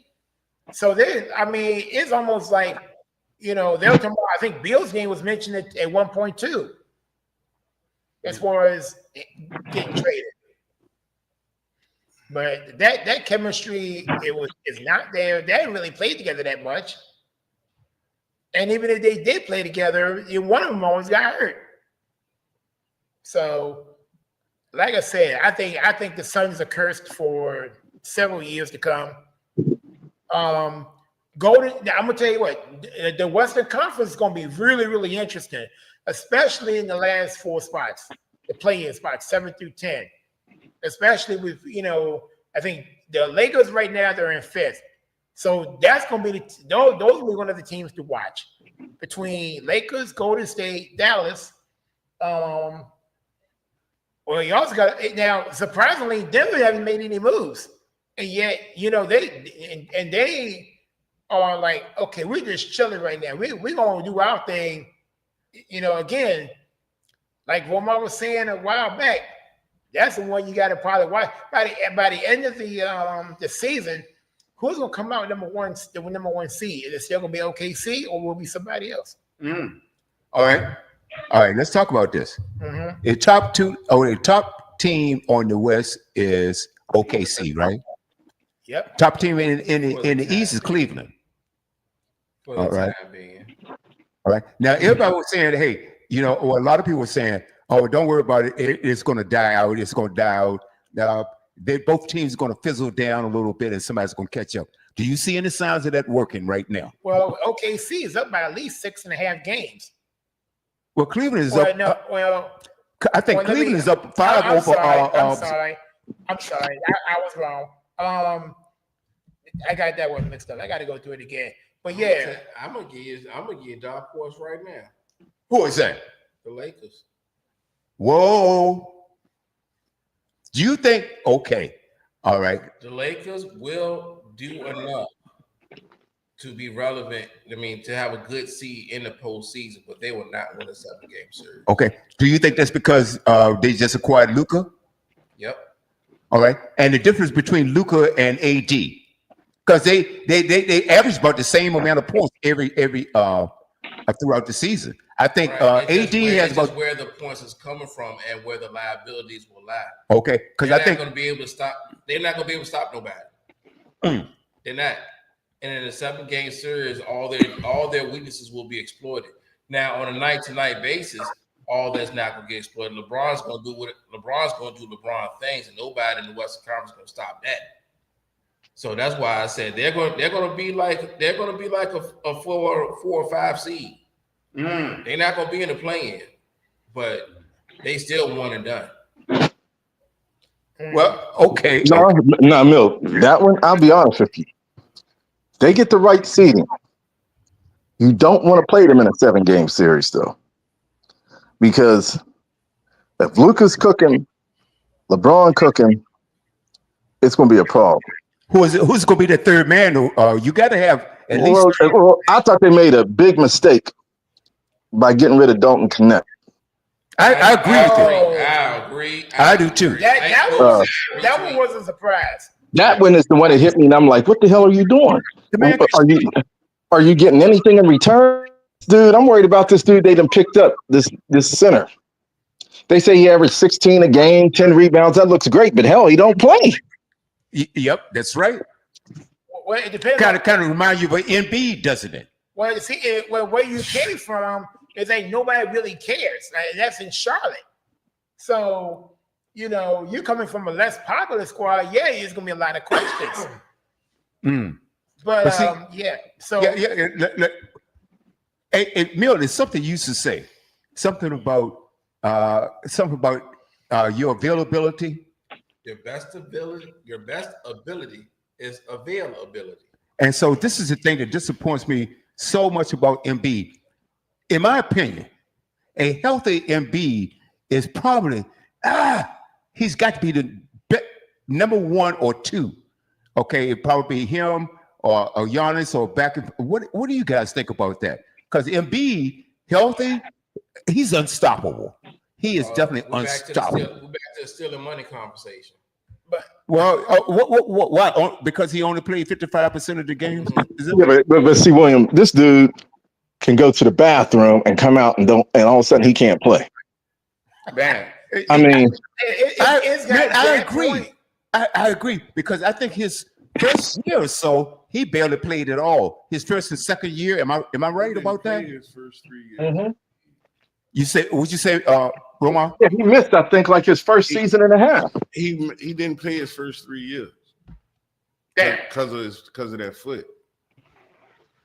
See, See, Philly has been loyal to this dude. of course they have. yeah. Way, Now, let me ask you a way question. longer than the other players. Well, let me ask you a question. Do you think that might be because they can't get rid of him? No, I think it's because he is that talented when he plays. And I think, to be honest, that general manager said, "Man, I got to see some results, or I'm getting fired." So it's one of those things where when he plays, he's on. Man, look. I think it was last night. Was it last night? Yeah. It was the first. It was Maxey, Paul George, which I never liked. Okay, and Embiid. That made 11 times that they played together all year. Now, you guys talking about stealing money? Boy, the bank robber got away. It is a doggone shame. And Paul George, he is underrated. I mean, overrated. He's completely overrated. The guy, okay, he can shoot, and when he's on. But he doesn't have that. Well, nobody has. Very few people have that Michael Jordan drive. That will to win. Paul, I don't see that in Paul George. That passion to win. It's like, yeah, the guy can shoot, but he doesn't show up at the big moments, or he just like Bill Russell. Okay, I'm going there, Bill. I'm going there. Bill Russell and even Michael Jordan had the ability to inspire the teams. I'm gonna Okay, no, hold on 1 second. You can jump in right in, Roma. It takes more than just your physical ability, folks. I agree. Okay, it is 10 or maybe 20% talent, but the 80% will to win. That drive to say, no, I'm going to win this damn Everybody thing. don't have that. You're exactly right, Ro. And I got right now. I'm gonna let you finish that. But would right you now, I got hold on, this Mill? list. Hold on. But Ro, would you agree that that's what it takes to win? I mean, in certain situations. No, I mean, in all situations to win, I mean, yeah, you gotta have a will to win, but there ain't no but. no, but see, Either you want to no, win, or either you want but to see, win, but or see- you just want to get a but you paycheck. gotta think about it. I don't already thought about it. No, I just like, told for you. you to have the will to win, you got like Michael Jordan. I wouldn't say that he. Michael Jordan didn't wait on anybody. Listen, I wouldn't say that it was always just a will to win with Mike. Oh, Mike no. had a killer in him. He had a dog in him. Like, What do you think? if you don't have a What do you killer think the instinct will? What about- do you think the will but I'm just is? saying, but if you don't have a killer instinct about you, your will to win, it don't even matter. That's You the gotta have same thing, Romar. that killer. Romar, it's the same I feel doggone you. thing. Yeah, y'all agreeing for different spectrums. No, Yeah. he doesn't realize that I'm saying the same thing he is. Ain't that what I just said? Oh Lord Jesus. Okay, all right. Mill. All right, check this out. Check this out. Look. We off the rails, ladies and gentlemen. Let's do it. That's all. So I got this list, and I'm gonna go down. This is the weirdest sports injuries of all time. Uh-oh. And our beloved Michael Jordan is on this list. What? He in 1989, he missed one game from a finger laceration. I think I remember that. He And cut I his said, what the finger hell? on a cigar cutter and missed one game. But I ain't gonna lie to you, Mill. That's a hell of a cut. Yeah, it is. Hey, Mark, is that an admission? You cut your finger on a No, but I mean, if you ever seen them things Yeah. and you cut your hand on it, you might lose a finger. Yeah. Oh shit. All right. Oh, I'm sorry. Okay. Next on the list. I apologize to the children out there. Next on the list is Tom Glavine of the Atlanta Braves. Back in 1992, he broke his ribs throwing up airplane food. Damn. What? Yeah. All right, yo, wherever you coming over, this is scary. Oh, it gets better. It gets better. Oh, I love this. I'm loving this. And number 48 is 50 of them. Back in 2002, Brent Maine, pitcher for the Kansas City Royals, missed games due to back spasms. Cause of it, checking for traffic before crossing the street. What? No. Is this a joke? No, this is serious. Are we being punked? Yep. No, you're not. This is all right. In the hockey realm for number 47 back in 89. Clint Marilachuk. Oh, that's what this one was serious. What is it? Severed carotid artery. He was hit by a flying skate. Oh my God. What is in that cup? In my cup? Yes. Water. Well, actually, it's empty right now. I need to go back and get a refill. Oh boy. 46. Brandon Ings of the Detroit Tigers back in 2008. He strained his. Oh my goodness. He strained his oblique. What is a damn oblique? Your stomach. It's a stomach muscle. He Oh. pulled a stomach muscle fluffing his daughter's pillow. No, he made that up. No. Can you imagine going to your boss really? and saying, I can't come to work today because I was fluffing his daughter's what? Pillow. Oh, hell no. No. Hey, y'all better write some. Hey, those y'all out there, y'all need some time off. Y'all Oh, better my write God. some of these stuff. Write some of this stuff down. Oh, this is Apparently, it works. Hey, you talking about these guys missing games behind this stuff? No. Yeah, I still can't get over the You know, hey guys, these games are getting soft right now. These guys are taking off. Oh, no. Oh my God. Oh, check out. Oh, this one. This is a good one, Dad. Number 45, Kirk Broadfoot. Back in 2009, he was playing for the Texas Rangers, Okay. and he missed time because he burnt his face. Doing what? Smoking crack? A microwave egg exploded.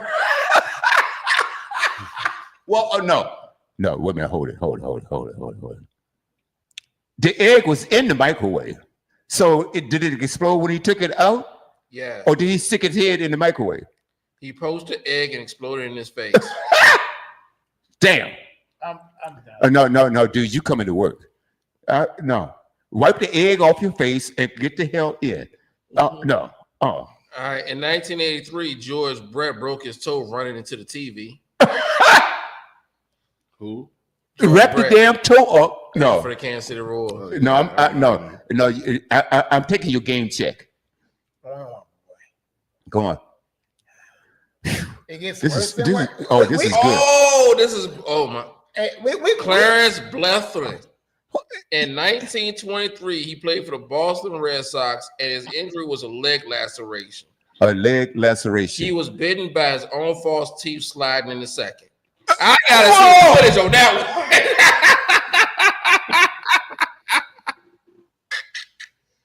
see this is where this is where it goes, Oh my God! this is where it goes down the rabbit hole. Sounds like going off. Hey, Caleb. Yeah. You got to admit this stuff is good.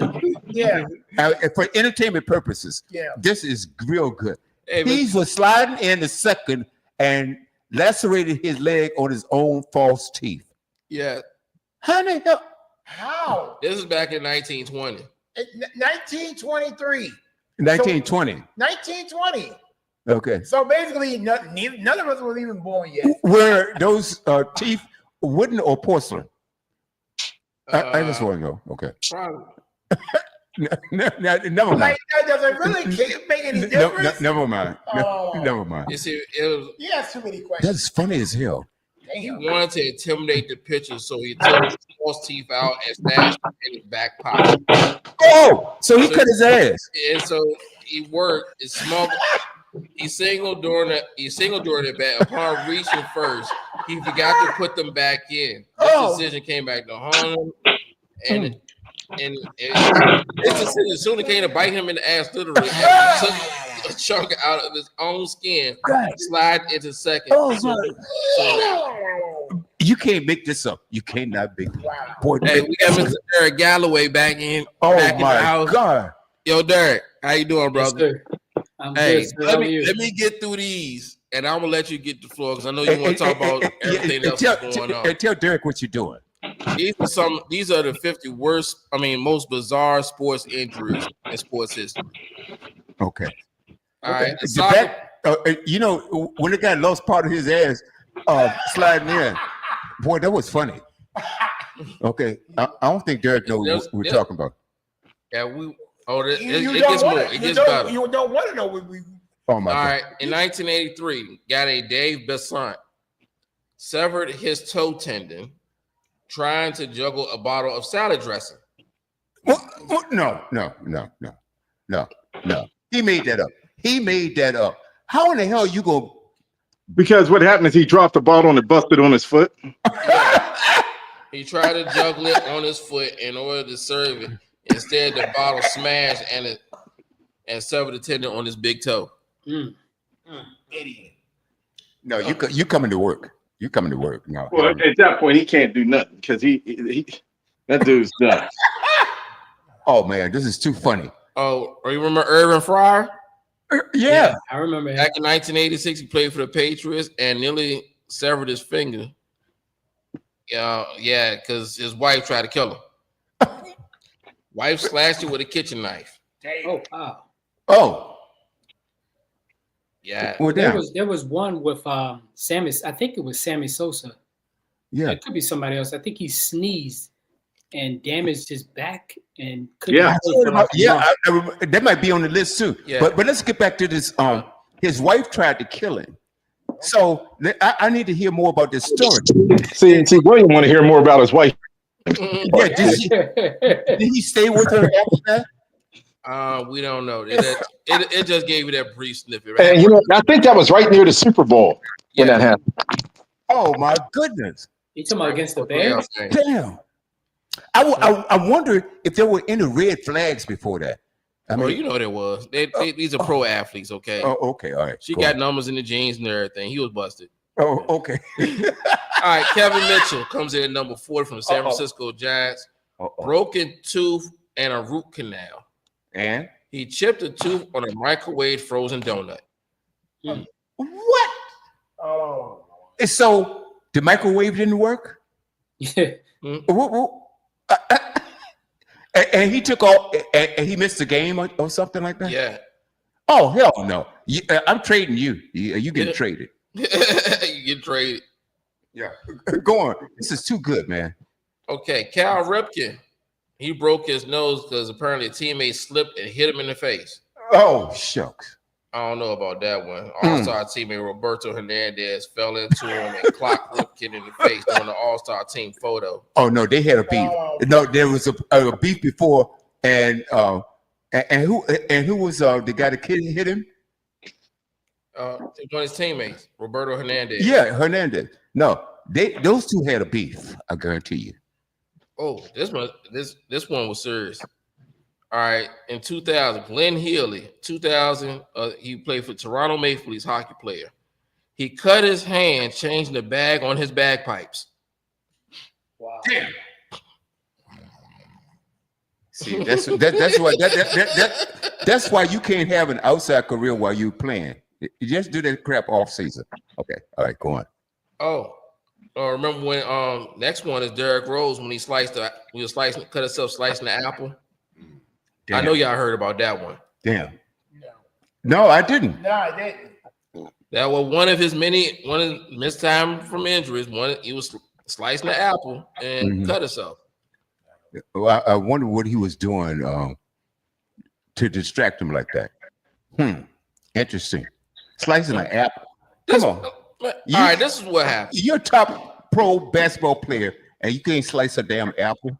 He was eating. I mean, he was lounging at home instead of reaching for chips. He grabbed the apple. Unfortunately, he decided to cut the apple while he was in the bed. Damn. After getting up, he forgot he left the knife on the bed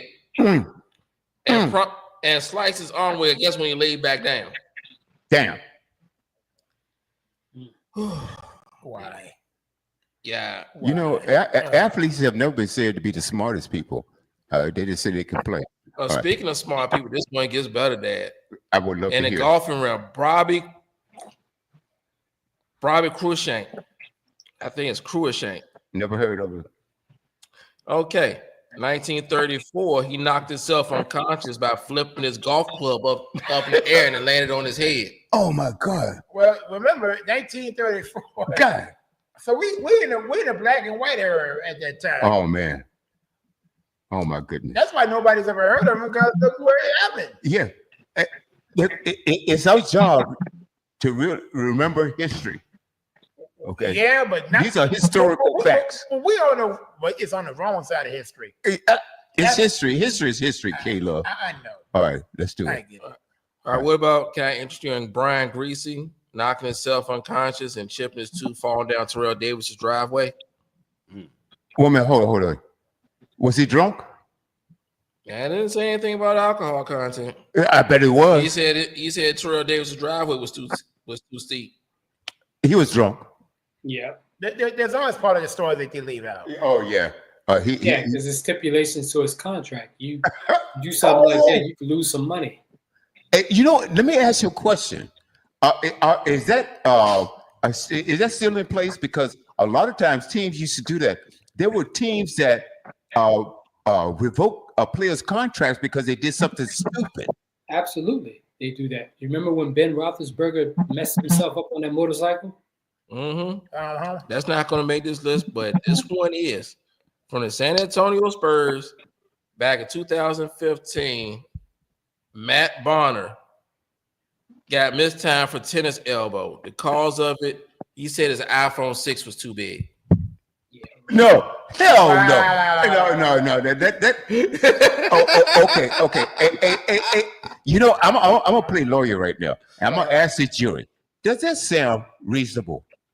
Okay. Does this sound truthful to you? And everybody gonna say, hell no. No. Oh no. This is what they missed time for, and we talk about other people still. And you gonna miss a game play check too. All right. All right, next on this was I need to be the GM here. Oh no, you're not getting paid today. Jabba Chamberlain, pitcher for the New York Yankees, dislocated his ankle jumping on the trampoline. Oh, really? With his son. He was playing with his son. I don't care who he was playing with. He could have been playing with his mama. He could have been playing with his dad. I don't care. I could get that one pass, but Dustin Penner at 32, back strain from eating pancakes. No. No. Okay. I got to ask the panel. Does that sound a little suspicious to you? You got a back strain from eating pancakes. How many damn pancakes did you eat? I want to know. I need to know the brand name. I need to know how much syrup he was using, the butter. I got so many questions with that. And go ahead, Caleb, because I got some questions too. How many games do you want to penalize you for? How many paychecks do you want to? All to penalize you for making that damn lame excuse. I can't believe this. Boy, this is good stuff, Neil. I'm glad you went to this. This is definitely off the rails. You're talking about stupid. John Vanby's Brock. Who in the hell is that? He's a hockey player, played for New York Rangers. Okay. He cut himself up real bad because he sat on a glass coffee table. And see, that's why they ain't got no teeth. Hockey players ain't got no teeth because they're dumb. If you're a professional athlete, under no circumstances do you sit on a coffee table. And what happened? It says sliced nerves and tendons. He sat on the glass toe is glass toe is how it pots up. Right. Okay, let's be honest with you. The glass cut his ass. Okay, go on, Mill. I'm sorry. You know your dad gets under control sometimes. What about this one? In 1984, Charles Barkley missed a game due to blurred vision. What? He was at an Eric Clapton concert and accidentally rubbed lotion into his eyes. No, Charles Barkley was in Las Vegas gambling. That's what it was.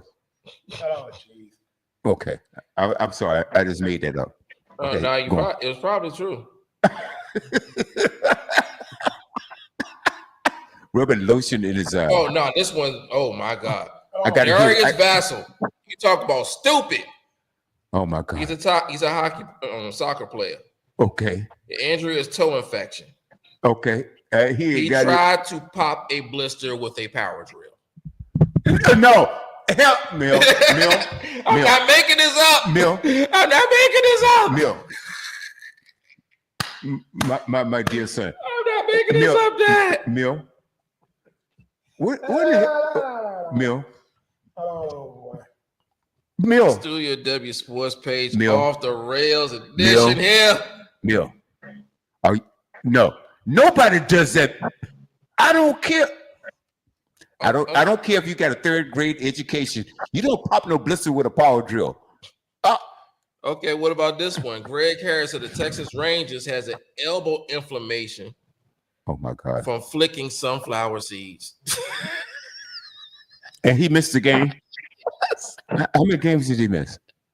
Flicking sunflower seeds. They didn't say how many games he missed. Man, you know you're but getting traded. No, you can trade it. Oh no. See, I'm the one of these GMs that don't play. You come to me with something real stupid, something real bad going to happen. Okay? You going to miss some game checks? Oh no. I can't trust you. Go ahead. I'm sorry. Go ahead, Neil. This is crazy. Wow, man. Power drill. Oh. I got an elbow injury for flicking sunflower seed. So, guess what? Felix Pie. Oh my God. Oh, okay. All right. They are very vague on this one. There is absolutely no details. All right. In 2008. It must be real stupid. Go ahead. All right. In 2008, Felix Pie of the Chicago Cubs missed time due to a twisted testicle. I'm just going to scroll to the next one. I can't give you no more than that. There's no more. It's a family-oriented show. They're not saying what happened. A twisted testicle. You mean the balls were twisted? How you twist your balls? Grace. No, I gotta know. I worked with a guy, and it happened. And look, and it happened to him in his sleep. Oh God! I tell you how bad it got. Seriously, when it happened, he had to have one removed. What? Woman, hold. You mean he had a twisted testicle mark? Wait, believe it or not, if you sleep wrong, it can happen. Oh my God! It can happen, and it ain't no joke. A twisted testicle. I ain't never heard no. Look. Wade Boggs of the Boston Red Sox bruised his ribs. It's in 1986. Hey, Mil, hold on. I can't get over the twisted testicle part. Something about Mary. Because we all got testicles. All right, I want to make sure. I try to keep this thing pushed. It's nothing for me to imagine here that's going to be good. Mil, no, I got to make sure that it don't happen to me. Okay, I don't want to twist no testicles, man. I don't either. They not saying how, when, or they're not saying how it happened. Kevin got his hands over his face. But our thoughts and prayers go out to his family. How do we get to this point? And what I'm going to, we've done so far down the rabbit hole. We're going like way out. I don't know how we get out of here. Damn it! How you get your ball? How you get your balls twisted? I want to know. Damn. This is amazing. Oh, hey, this is the funniest stuff ever. Okay. Wade. Oh my God. How about this one? Wade Boggs back in '86 bruised his ribs putting on his cowboy boots. What, I don't own a cowboy boots. Mil, what are you getting this information from? Cowboy boots. Mil. So, I don't know how this could be possible, but I want to know where you're getting this stuff from. Where? This stuff finds me. Yeah. Oh my God. I remember when Orlando Brown from the Cleveland Browns got the referee threw the flag in his eye. Oh, I think I remember that. Zeus. Yeah. Yeah. Huh. Referee Jeff Triplett accidentally threw the flag, hit Orlando Brown's eye. I think Hey, let me tell you something about that. Hey, man, that dude missed the rest of the season. His career was over. And he basically went blind in that eye. Yeah. Mm. The NFL had to give him a massive payout, but he did come back to play for Baltimore. His son is a starting offensive tackle for the Cincinnati Bengals. Because nobody knows that those flags are filled with BBs. I saw that game. Yeah, because he pushed that ref down. He was in pain. He's like, "Hey, man." Oh Yeah, I can't. yeah. He you know, he should put some corporal punishment on that ref. Yeah. That was. That's I knew that'd be a true story. Yeah. Wow. Remember Ricky Henderson? Rest in peace, Ricky Henderson. Yeah. Back in '82, played for Toronto Blue Jays. He missed time due to frostbite because he fell asleep with an ice pack on his foot. Oh my goodness. Fell asleep with an ice pack on his foot. Okay. Well, that's a little questionable there. Even though Ricky, didn't he have this the Seals record at one time? Mm-hmm. yeah. For all-time Seals? You still good. No, still does? You still have. Hey, but that dude used to have some stories. They said he used to do some weird stuff. They said when he was playing in Toronto, he got somehow, I forget where he got traded to after that, but they had a player, John Olerud, who was actually pretty good. And he used to play with his helmet on all the time. So wherever they both got traded to, I think it might have been the Mets. Ricky Henderson, he sees the dude with the helmet on, and Ricky Henderson said, "Hey man, I used to play with a dude that used to wear his helmet all the time." And John Olerud said, "Well, damn, I mean, how do you not know it's me?" I mean, he was a weird dude. He was weird, man. Wait a minute, hold it. Oh my God. Did he play it with offense and defense? Yeah, but this dude was like a 340 hitter. I don't know why he did that, but he played with his helmet on all the time. And when he was on defense, what position did he play? I forget. He was an all-star. He was good. I think it was a first baseman. And he had a helmet on while he was playing first base. Yeah. Wow. This is the first time I'm hearing about this. Oh, it gets crazier, Dad. It gets crazy. I can't wait. Jacksonville Jaguars, 2008. They had a punter by the name of Chris Hansen. I remember that name. The Data Predator. That one. Oh, that's the wrong one. Okay, go ahead. Chris Hansen cut himself in the leg with an axe in the locker room. Whoa! Wait a minute. Okay. What's the first question that anybody would have? How did the axe get in there? Yeah, that's one question. Anybody else got a question? Yeah, I got plenty of questions, but mine would be, who let him in there with a damn axe? Well, when your coach starts bringing out the mantra of keep chopping wood. Oh. As Jack Del Rio was so reluctantly to do. Oh, great. Yeah, okay, Jack Del Rio. That lunatic.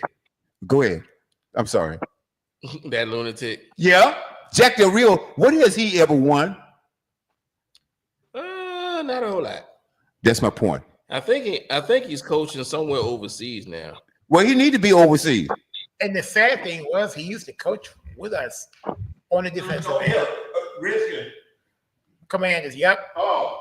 At one point. It was the Redskins in there, baby. Guess it was. Yeah.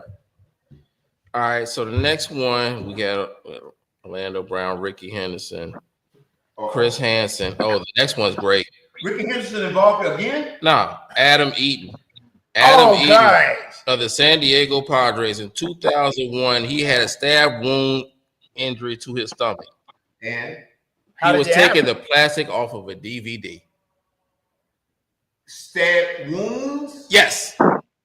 He was trying to take the plastic off. In other words, another from her wife attacked his ass, and he made up something because ain't no way. If there's an S on it, that means he did it more than once. No, it was one stab wound from a DVD. Damn. You sure want a sharper object involved outside of a DVD that I know? Oh, no.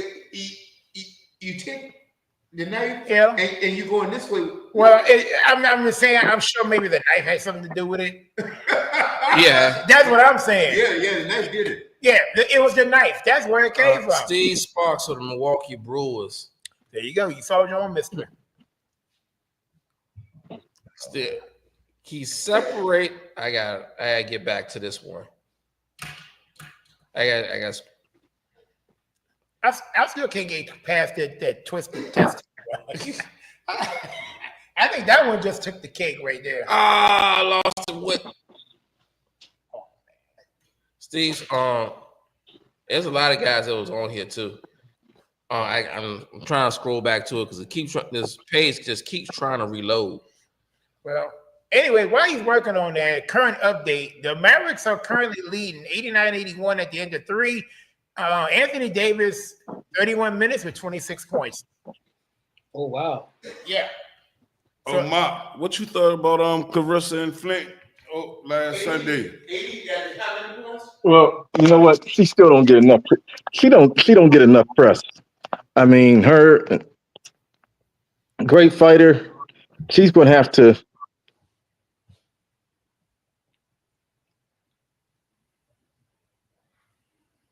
Oh man, we just lost Mark ripped up.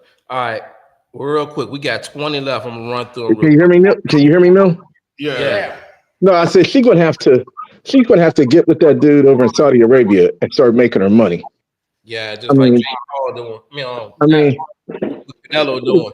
Well, see, he had a fight that was supposed to get ready to be signed with Jake Paul and Canelo, and that Turkish dude, whatever they call him, His Excellency, basically told him, if you take this fight, Canelo,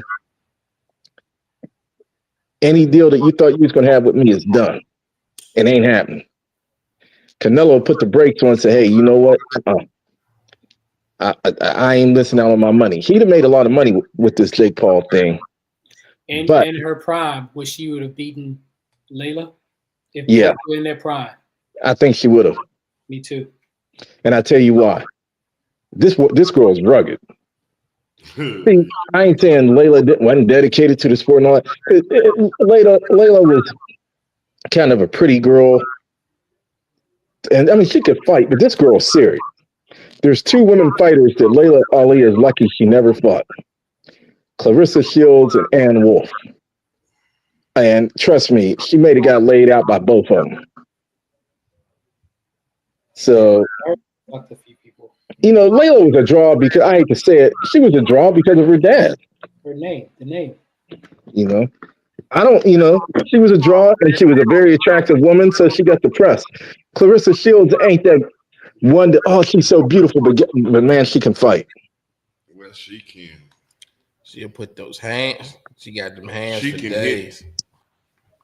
Because she hit old girl one time, she buckled down. I said, oh my God. And she was the heavyweight. Yeah. Yeah. So she needs to get more. I mean, fighting on a Sunday, nothing against Sunday, that's the Lord's Day, but I mean, you ain't gonna get too many people. Hell, half the people don't even know you fighting that day. I almost forgot. Okay. Well, once Will finishes with his list, I got more boxing stuff. Romar, I'll do you one better. I did forget. So I mean, I had to go back and watch it because I'm like, what? Yeah, she's got to get on a pay-per-view event where she's the co-headliner or on one of these big heavyweight fights. She's got to do something different because we're really missing out on greatness.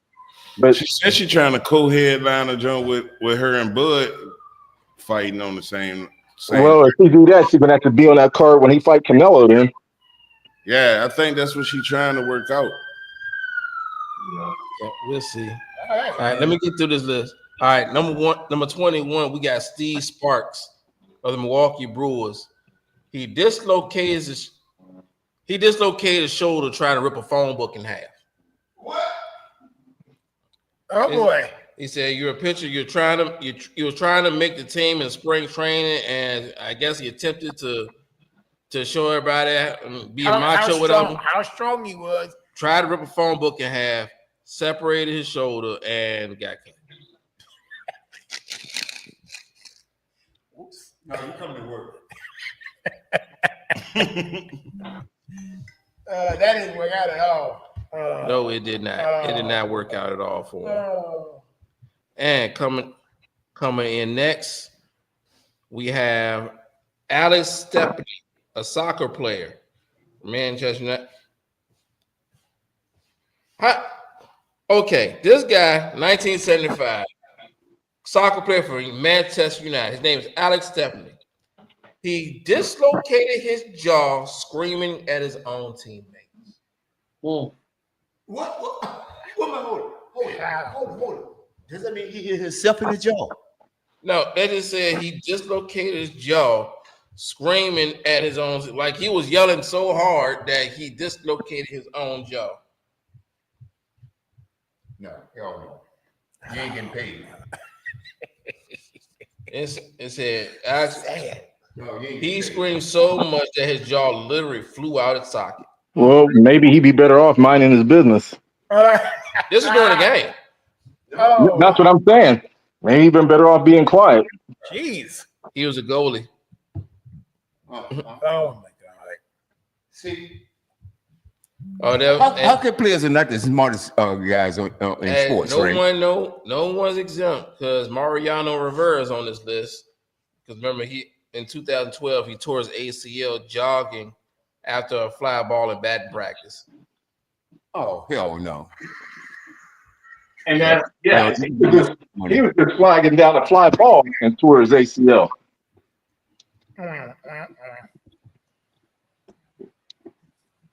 And then there's Chris Coughlin Coughlin of the Florida Marlins in 2010. He tore his meniscus trying to give a teammate a shaving cream pie. You know what? See, that's why you need to have incentive packages in sports, right? You do something stupid, then you don't get paid for however long you out. Oh. No, you got to put some incentives in there. No. Hey guys, no, I'm making a point here. Instead of doing these multi-guaranteed $1 million contracts, it's going to be an incentive-based thing. If you're not available, then you can't get paid. It's just like if you guys on a job, right? If you don't work, you don't get paid unless you own a salary. Yeah, well, they are on a salary. I mean, they get bonuses per game, but they still get a base I'm talking about your base salary. Yeah. Oh hell no! I'm just like you get bonuses for good performances. You gonna get subtractions for stupid stuff. All right. So what about Russell Brandon of the Seattle Mariners? He bruised his tailbone, falling down trying to pick up his son's flip flop. No, that's made up. He made that up. Yeah. You know what? You stay home and let that bruise heal. And in the meantime, you ain't getting paid. That's my point, Mark. I guarantee you show up. Yeah, you're exactly right, bro. See, these players are allowed to get away with the dumbest things. If it's not related to your job, because that's your job, and you're getting paid more than anybody else in the world for doing your job. Who gets paid more? Now, I'm not talking William, have you ever noticed? But William, have you ever noticed when the players go on strike? Like I remember the NFL, and man, these dudes panic because they ain't put up their money right. Yeah. You're going from week to week with your pay, and trust me, if they ain't got common sense to know how to work with your money, then what makes you think they're going to have common sense to not do stupid stuff at home? That's my point. All right. So, we got one. What about, can I introduce you guys in Glenn Allen Hill in 1980 for the Toronto Blue Jays? He was scared of the spider. Had a spider dream and fell through a glass table. Oh hell no! He had arachnophobia. Yeah, I understand that. But women hold it. Was he in the bed, or did he fall asleep standing up and fell through the coffee table? Was he sleepwalking? Yeah, it's something. He was sleepwalking. Oh no! Now Lionel Simmons, we give no sympathy for. Lionel Simmons back in 1991, the Sacramento Kings. He missed time due to thumb tendonitis due to playing too much Game Boy. Well, guess what? He would play himself at home and see how it feels when the electric get cut off because he ain't got no money coming in. That's exactly right. No. That is completely stupid. No. I'm not paying you because you stuck on PlayStation all day long and now your thumb is messed up. That's right. That's exactly right. Should you get paid? No, should you get paid? Oh, no. I'm loving this meal. Clint Barnes of the Rockies, I believe that. broke his collarbone falling down the stairs carrying a venison meat. Oh, what? Carrying a venison meat. What in the hell is that? Venison meat. Oh, that's deer meat. Really? He must, and that meat must have been heavy, and he missed a step. Yep. That's what had to happen. No. See, guys, you have to understand. If I were the GM, I'd save a whole lot of money on the stupidity because I know I'm cutting your check. Oh, what about this one? Speaking of stupidity, Milton Bradley.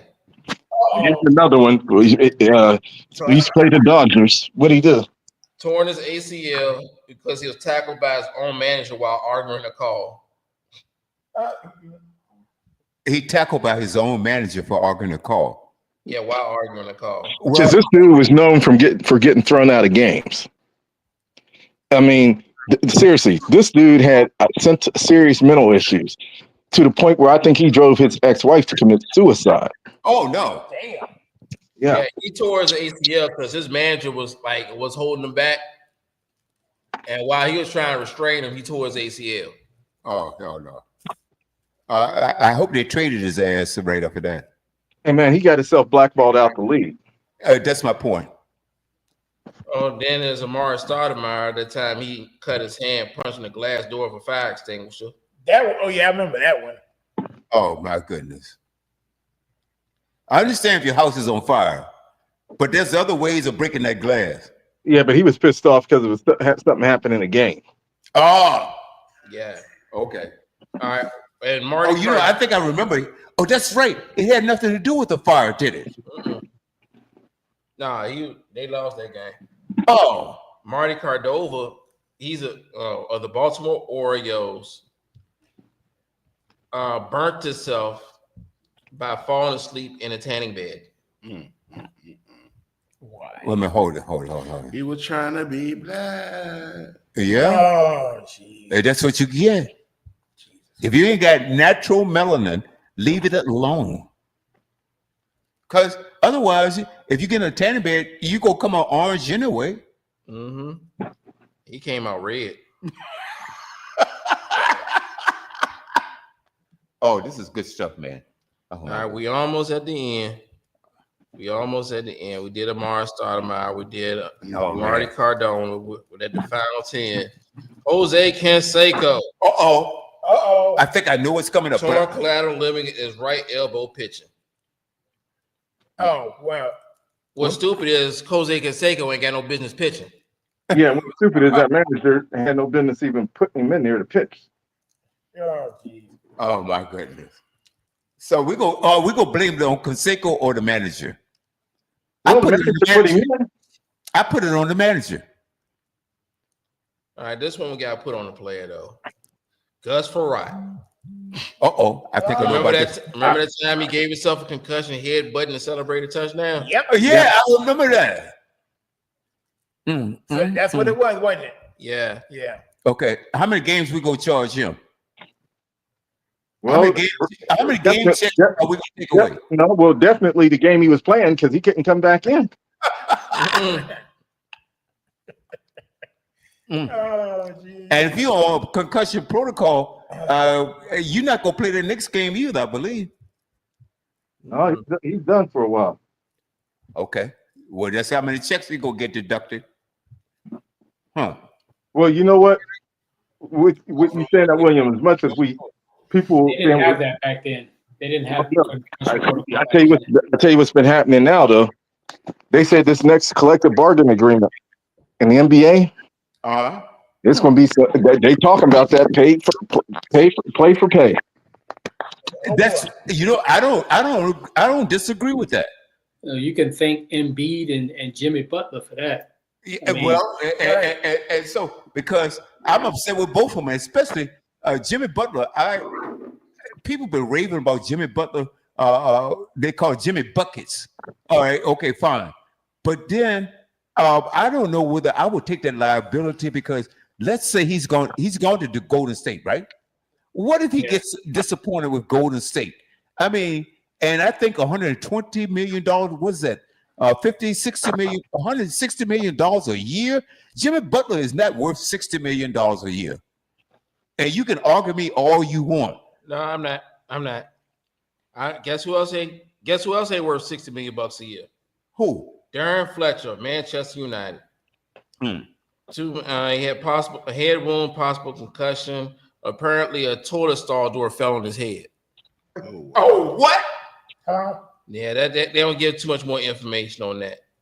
A toilet stall? Yeah. You mean like a chandelier? No, the bathroom doors in like a public bathroom door. Okay. A door fell on his head. Oh, geez. Yeah, I'm not buying that. No, hell no. No, he made that up. Him and his publicist made that up. Right. What about Carlos Zambrano of the Chicago Cubs? He has right elbow soreness due to excessive computer use. Oh, hell no. Excessive what? Computer use. Computer use. No. Hey, guys, go back in history. No, go back in history of all sports. These guys play, and I'm gonna tell you something. I'm thinking about a game right now that's in the snow, and it was the Steelers and somebody else, Minnesota, and they were out in the cold, no heated benches or nothing like that. And these guys were still out there playing. They had broken hands and everything, and they still went out there and played. And now, if these guys have a hangnail, they think it's an excuse for them to take off. No. And Malcolm Mitchell comes in on the list next from the Georgia Bulldogs. He in 2013 he tore his ACL chest bumping a TD celebration. Damn, son. Well, yeah, a kicker did that dramatically. Yeah, he's coming up next along with Plaxico Burress when he shot himself in the leg. Damn. What? Y'all remember that? Yeah. Plaxico Burress when he shot himself in the leg. Yes. Yeah. Oh, yes. Idiot. Hey, he went to jail for that. Yep. Oh, you know what? I don't know whether I would have locked him up for that because he injured him own self. That's penalty enough, but it definitely would have cost him some money. You ain't supposed to have a gun in New York. Well, yeah, you're right about that too. You're right about that too. Joel Zamaya ain't supposed to have a guitar. Joel Zamaya is a pitcher for the Detroit Tigers in 2006. He missed time due to right wrist inflammation from playing too much Guitar Hero. I hope they cut sorry after that. See, hey, Mill, you often say, JC, I don't care whether it's NFL, NBA, NFL, hockey league, or whatever it is. When you are in season, you got one job to do. Yep. And if you can injure yourself by doing something stupid, you have to pay for that. Yeah, speaking of Jason Pierre-Paul is next. I was just thinking about him, and it had something to do with him blowing his fingers off, right? Mm-hmm. Okay, go on. Oh, and at number 2, we have Sammy Sosa. He sprained his lower back ligament by an aggressive sneeze. On what? Yep. On what? Aggressive sneeze. Hot chew. Shh. Okay, well, you could chew your ass for Threw his this. back out sneezing. And at number 1, we have Bill Chromatica. Oh Lord. Okay. Tore his ACL with that fist bump. I told you it was coming up. That was number 1. But that was 50 of the most bizarre injuries in the history of sports. Okay, Mill. You got to rewind back to number 1. He told what during a fist bump? He celebrated a field goal. Okay. And he jumped up in the air. Okay. And he came down on his leg wrong. He did. He did the little Jordan, throw the fist up there. He jumped up in the air and did that. Came down, tore his leg pieces. Oh man. And I said, there, so goes there. If you ever wanted a complete description of the Arizona Cardinals, look no further than that one play. That describes their entire existence. So basically, everything comes out on them. Oh man. They do it to themselves year after year after year after year. We laugh, but I can't tell you how much I enjoyed this segment, Bill. I thoroughly enjoyed it. I was going to say, I don't celebrate stupidity, which I don't, but it is funny as hell. And my point again is that if you're missing games over stupid stuff, then you need to pay for it.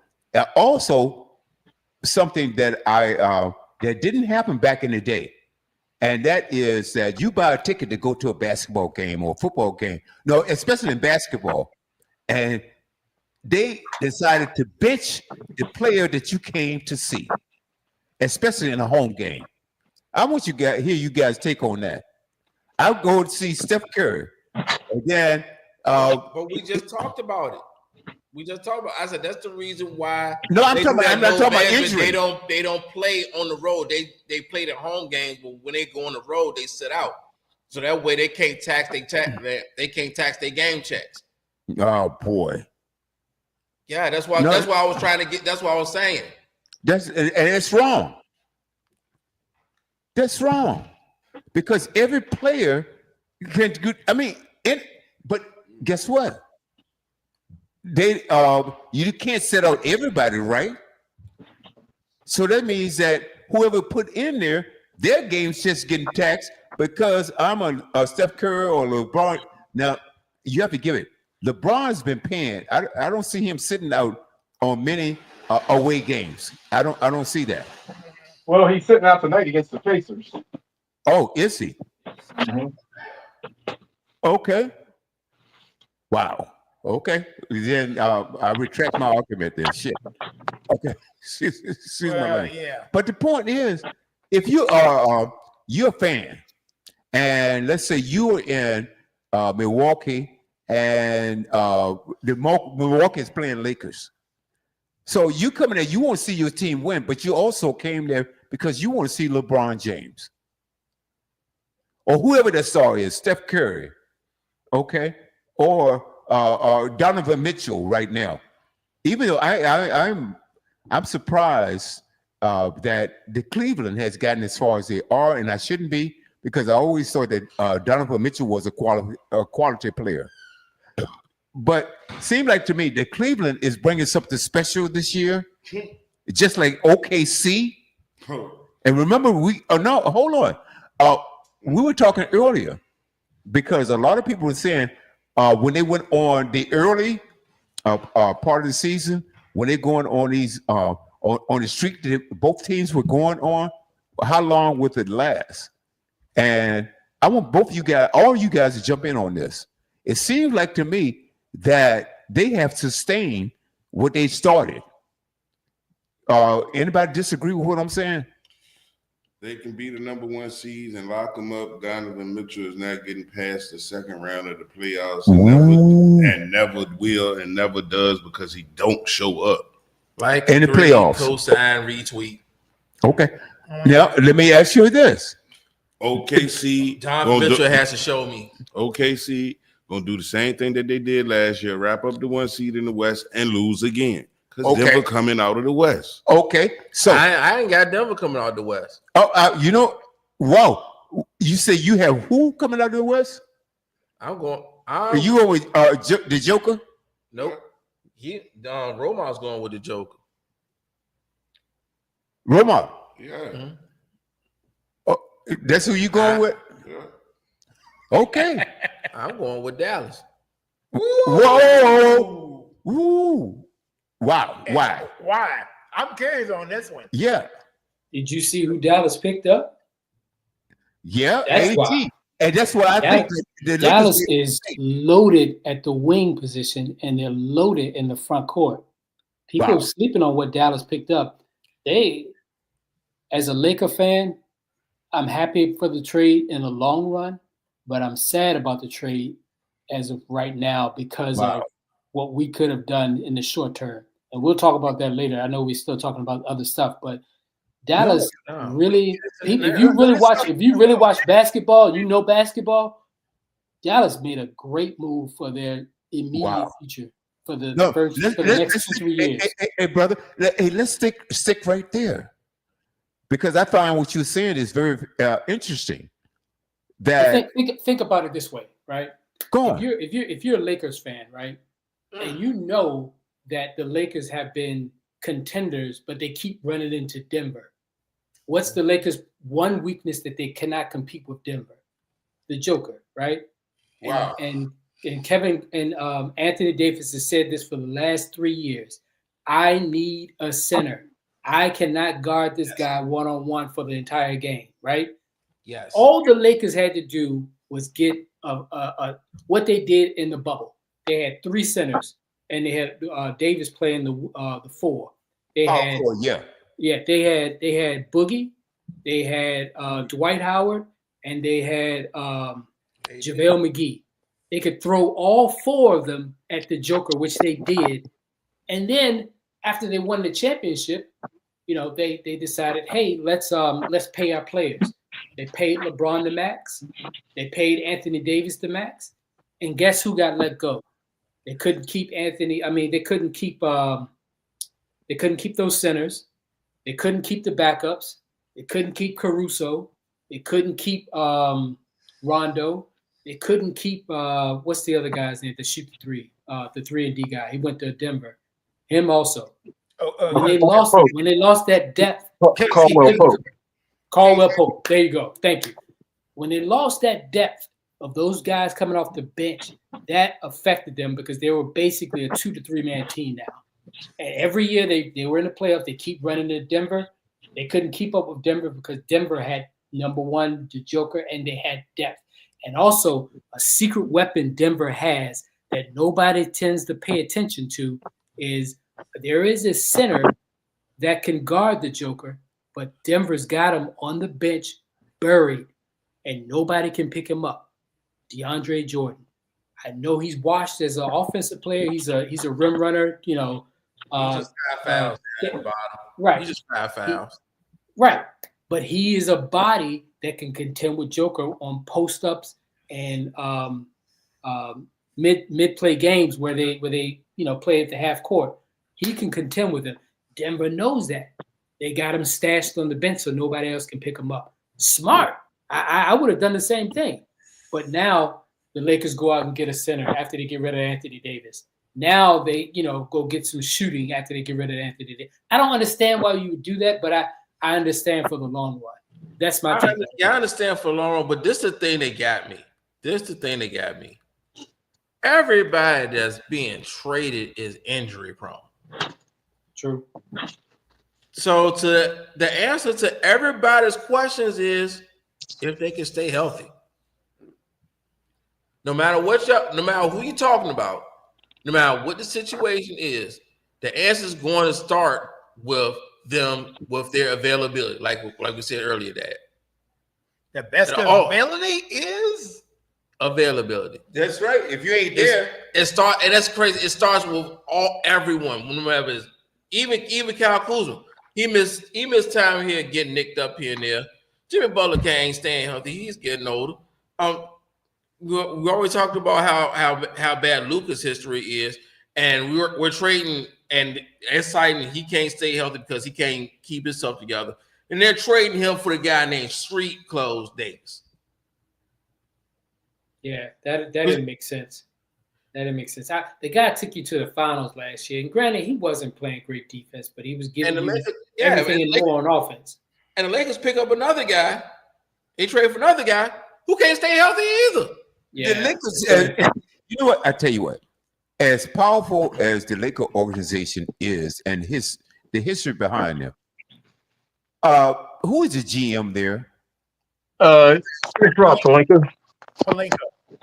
See, I'm telling you what they have. Mark, and you know this as well as anybody. The Lakers have been making some stupid decisions since one of the greatest owners had passed away. I mean, it's just dumb. They're not the dumbest. What's the name of this? What's the name of this on the team that just traded? They just made a trade just to get their draft pick back. I want the Lakers. I don't know. It was either the Hawks.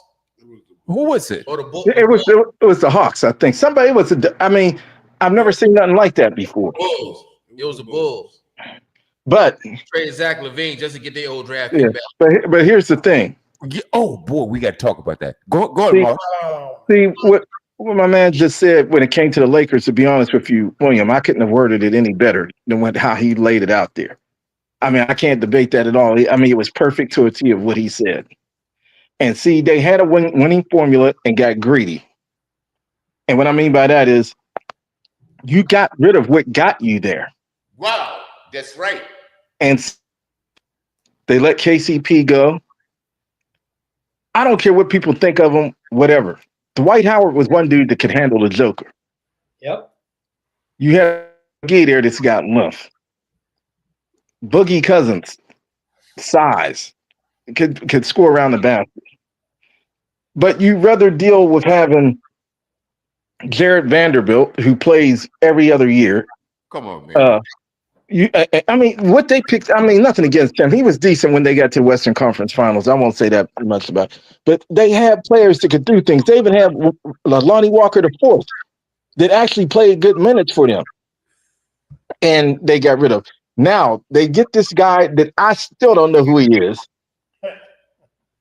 and they give up a proven. I mean, I was shocked when they said they traded Connect. I said, "What?" You know, you're so right because that dude can shoot. I still cannot wrap my head around that one. Why? Now that's going to come back to haunt him. That's right. And Connect, his 3-point percentage was, I believe it was over 40. Well, here's the thing. See, they did the same stupid thing a couple years ago before even dealing with the Dwight Howard stuff. They had Zubats at the center the Clippers got. Yep. They traded him for some dude, Mike Mazzulla. The dude never got in the game. Can I give you my theory on that, Mark? Yeah, go ahead.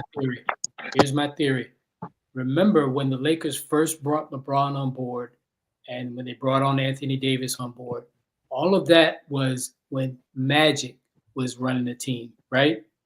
Remember when Magic left abruptly, it was clashes with what's his name, Rob Pelinka. There was a little rift between the two. Yeah, but Magic, he made a stupid mistake too. He did. He got rid of Brook Lopez. Just let him go. I'm like, what are you doing? Magic made mistakes, but Magic put that team together around LeBron. He put that team of defenders and shooters around LeBron, which everybody knows that's what you do. You have LeBron, put defenders around him, put shooters around him, big guys, and everything is what you need. Pelinka came in there and took the team apart. Hey guys, I gotta tell you something. When Jerry Buss was alive, the Lakers were entirely different. And I'm gonna tell you something. I met Jerry Buss personally. I remember going to a Lakers game, and I'm coming out of the restroom, and Jerry Buss was going in.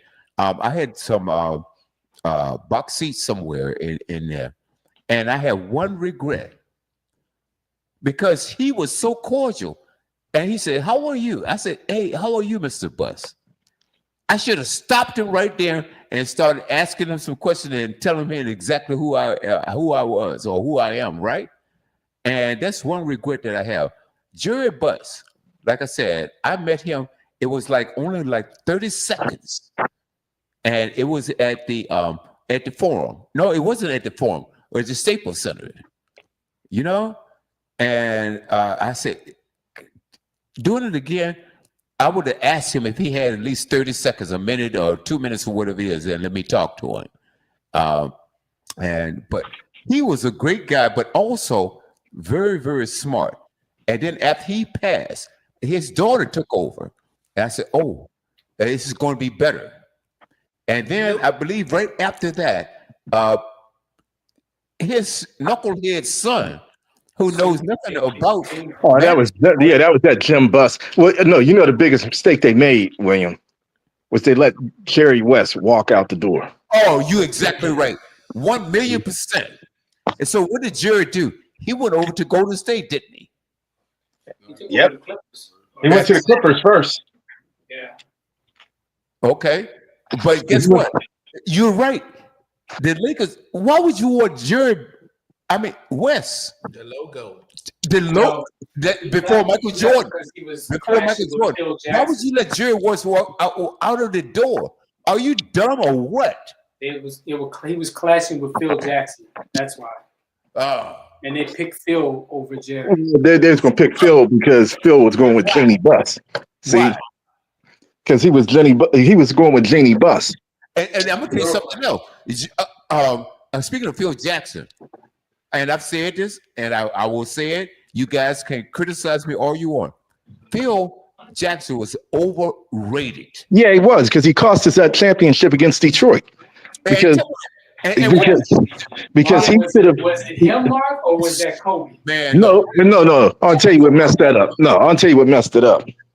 You got Gary Payton running the point guard. Everybody knows Gary Payton. You let him run. That triangle ain't for everybody, bro. That's exactly right, Mark. And that's what messed that up. But we Mark- talked about this though, because we know, and Gary knew before going there, that system doesn't fit. But when you're chasing rings, that's what you Well, do. here was the other part. Here was the other part to that. What's up? He had made a deal with Karl Malone. If you sign, I'll sign. He didn't think Karl Malone would leave Utah. Hmm. Karl Malone signed with the Lakers, called Gary Payton up, said, I did mine. Now what you gonna do? Yeah. I mean, they were ring chasing. I'll give them that. And they made it. They got fun. And like you said a couple weeks ago, if Karl Malone would have stayed healthy in that final, maybe it was a different story. But because Karl Malone wasn't there, I don't know what got into Kobe's mind. He decided, I'm going to take over this game and chuck every shot. When you got Shaq down there with Ben Wallace on, I love Ben Wallace. I do. Virginia Union all the way. Right? That's right. I love Wallace. Virginia Union. I'm not going to believe that he's going to hold Shaq down. Not 2004 Shaq. Not 2003 Shaq. Oh no. He would need some help on that. He did just enough. I mean, he ain't really he did just enough. They didn't feed him enough, is what I'm saying, Mill. If you'd kept feeding Shaq like you had been the previous 3 years in the finals, he would have gotten his, and it would have been a much closer game. Kobe was chucking. Go back and watch it. He was chucking. I can't really blame Phil Jackson on that one. That's more on the players. Well, okay. Well, check it out. Going back to Kobe. If Karl Malone was healthy, that finals would be different. So if Karl Malone is in the game, how can you blame the triangle? Oh, you know what? Because Karl Malone, in my opinion, was overrated. He was still dropping 25. Well, guess what? But it depends on when you drop it. Okay, Yeah, let me say this, please. Let me say this, because we started off with Phil Jackson, and I thought and still think Phil Jackson is overrated. All right, check it out. Before the Lakers, he was the coach of the Bulls, right? Yeah. Okay, and then you got undeniably, and some people say the greatest basketball player ever, Michael Jordan. Now I have to disagree because Bill Russell is still, in my opinion, the MVP of all times. Okay, 11-6 in baseball. Damn, I think I beat your butt. Okay, so but the point that I'm getting, hold on, 11-6. Bill Russell 11 championships. Michael Jordan 6. That's why I'm going with that. Okay, follow the narrative. No. Hear me out. To me, we're talking about Phil Jackson, and I think that Phil Jackson is overrated because with the Bulls, he had, who did he have? MJ. No question about it. Scottie Pippen. Okay, and who was that third bad boy that he had with him? Well, he had Horace Grant. Then he had Dennis Rodman. And Dennis Rodman. Look, I tell you what. And these guys, they played hard, okay? And the referees weren't such punks that they are now. Blowing the whistle and everything, right? 7 Hall of Famers on his team. And look, this is what I'm talking about. So Phil Jackson, in my opinion, he had nothing to do with that. You don't have to coach Michael Jordan. But You didn't have to coach. Hold on, bro. You didn't have to coach Dennis Rodman. Okay, you didn't have to coach because it was all there. Now, please hear me out, okay? And then you go over to the Lakers, and Phil Jackson had his triangle, okay, offense, right? And then if you look at it, no matter what was happening during the game, he would stand up and he was telling his team, and he was using a rotation motion. Keep going. It wasn't ever about Phil Jackson. He just happened to, in my opinion, you guys can disagree all you want, is that he went along with the flow. The players played, they knew how to play. Okay? If that was the case, then they would have been winning before he got there. Let me ask you a question. In both situations, with the Bulls, they couldn't get past Detroit. They were losing every single year in the finals, in the Eastern Conference Finals. Same thing with the Lakers. Same thing with the Lakers when they were losing to Utah in the Western Conference. They couldn't get over the hump. sometimes as a coach, and I don't know if anybody else has coached here before, but sometimes as a coach, it's not always about X's and O's. It's about teaching people how to get along and putting the team together and working as one cohesive unit. Sometimes it's not about, hey, you stack here, you go there, you down screen here, you go this, you run a pin down here. Sometimes it's about getting them to be cohesive enough to get to that next level. And I'm not saying that Phil Jackson was overrated. Maybe he was, maybe he wasn't, but he was great at putting teams together to work together to have one goal. That was his strength. I'll tell you what he was great at. I want to tell you what he was great at. He was great of knowing how to deal with different personalities. And what I mean by that, he knew how to handle a Dennis Rodman. Whereas, I want to be honest, a Pat Riley or somebody probably wouldn't have known how to deal with him. I mean, seriously, he knew. I mean, he knew how to earn the respect of his players. Okay. Because he picked something which was very smart. He would find something familiar with every player he had. He utilized that to forge his relationships with them. And that's what I was saying. And that is a great point. Now, let me tell you why I'm going to close my argument about this. As far as him, Phil Jackson being overrated. His last stint was with New York. And so if Phil Jackson is this great coach or just a great motivator, just this guy that can help you develop and allow you to develop, what in the hell happened in New York? Well, first of all, I can tell you what. Sometimes you can be a great coach. That don't mean you can be a great GM. That's number one. Number two, he brings in Derek Fisher, who had never, great floor leader, but he needed time to be a bench coach to learn. They threw him into the biggest market in this country. Yeah. With the harsh, where if you, I put it to you like there was no room for failure. Well, guess what? Excuse me. Carmelo did not want to run that. Oh, that's what it was. I mean, we're going to be real about it. That's what it was. As great as Carmelo is, he did not want to buy in running the triangle. Well, he didn't buy into it. But that's what I'm saying. You're supposed to be the czar, the all great, mighty Phil Jackson. So if you made it work in Chicago, you made it work in LA, but you fail miserably in New York. But let me tell you something, William, and this is not no defense of Phil. I'm just going to be honest with you. A lot of coaches that came in that era with Phil, I believe a lot of them would have failed because you're dealing with a whole different mindset of how these players are at this point.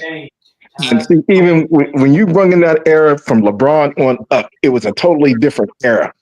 And in the case of Carmelo, he came up in that era too.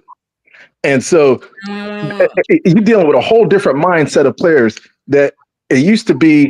Usually you had a player that controlled that locker room.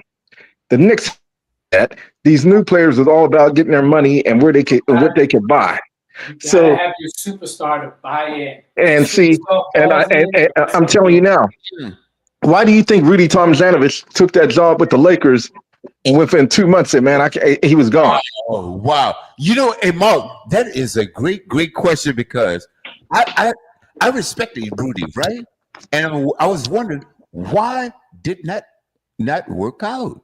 Because like I said, once Shaq left, once Karl Malone retired, once Ron Harper, all those veterans that left when Phil left, what was he left with? I know Kobe, but Derek Fisher was a clutch player in clutch games. I love Fisher, but you ain't going to sit and center your team around Derek Fisher.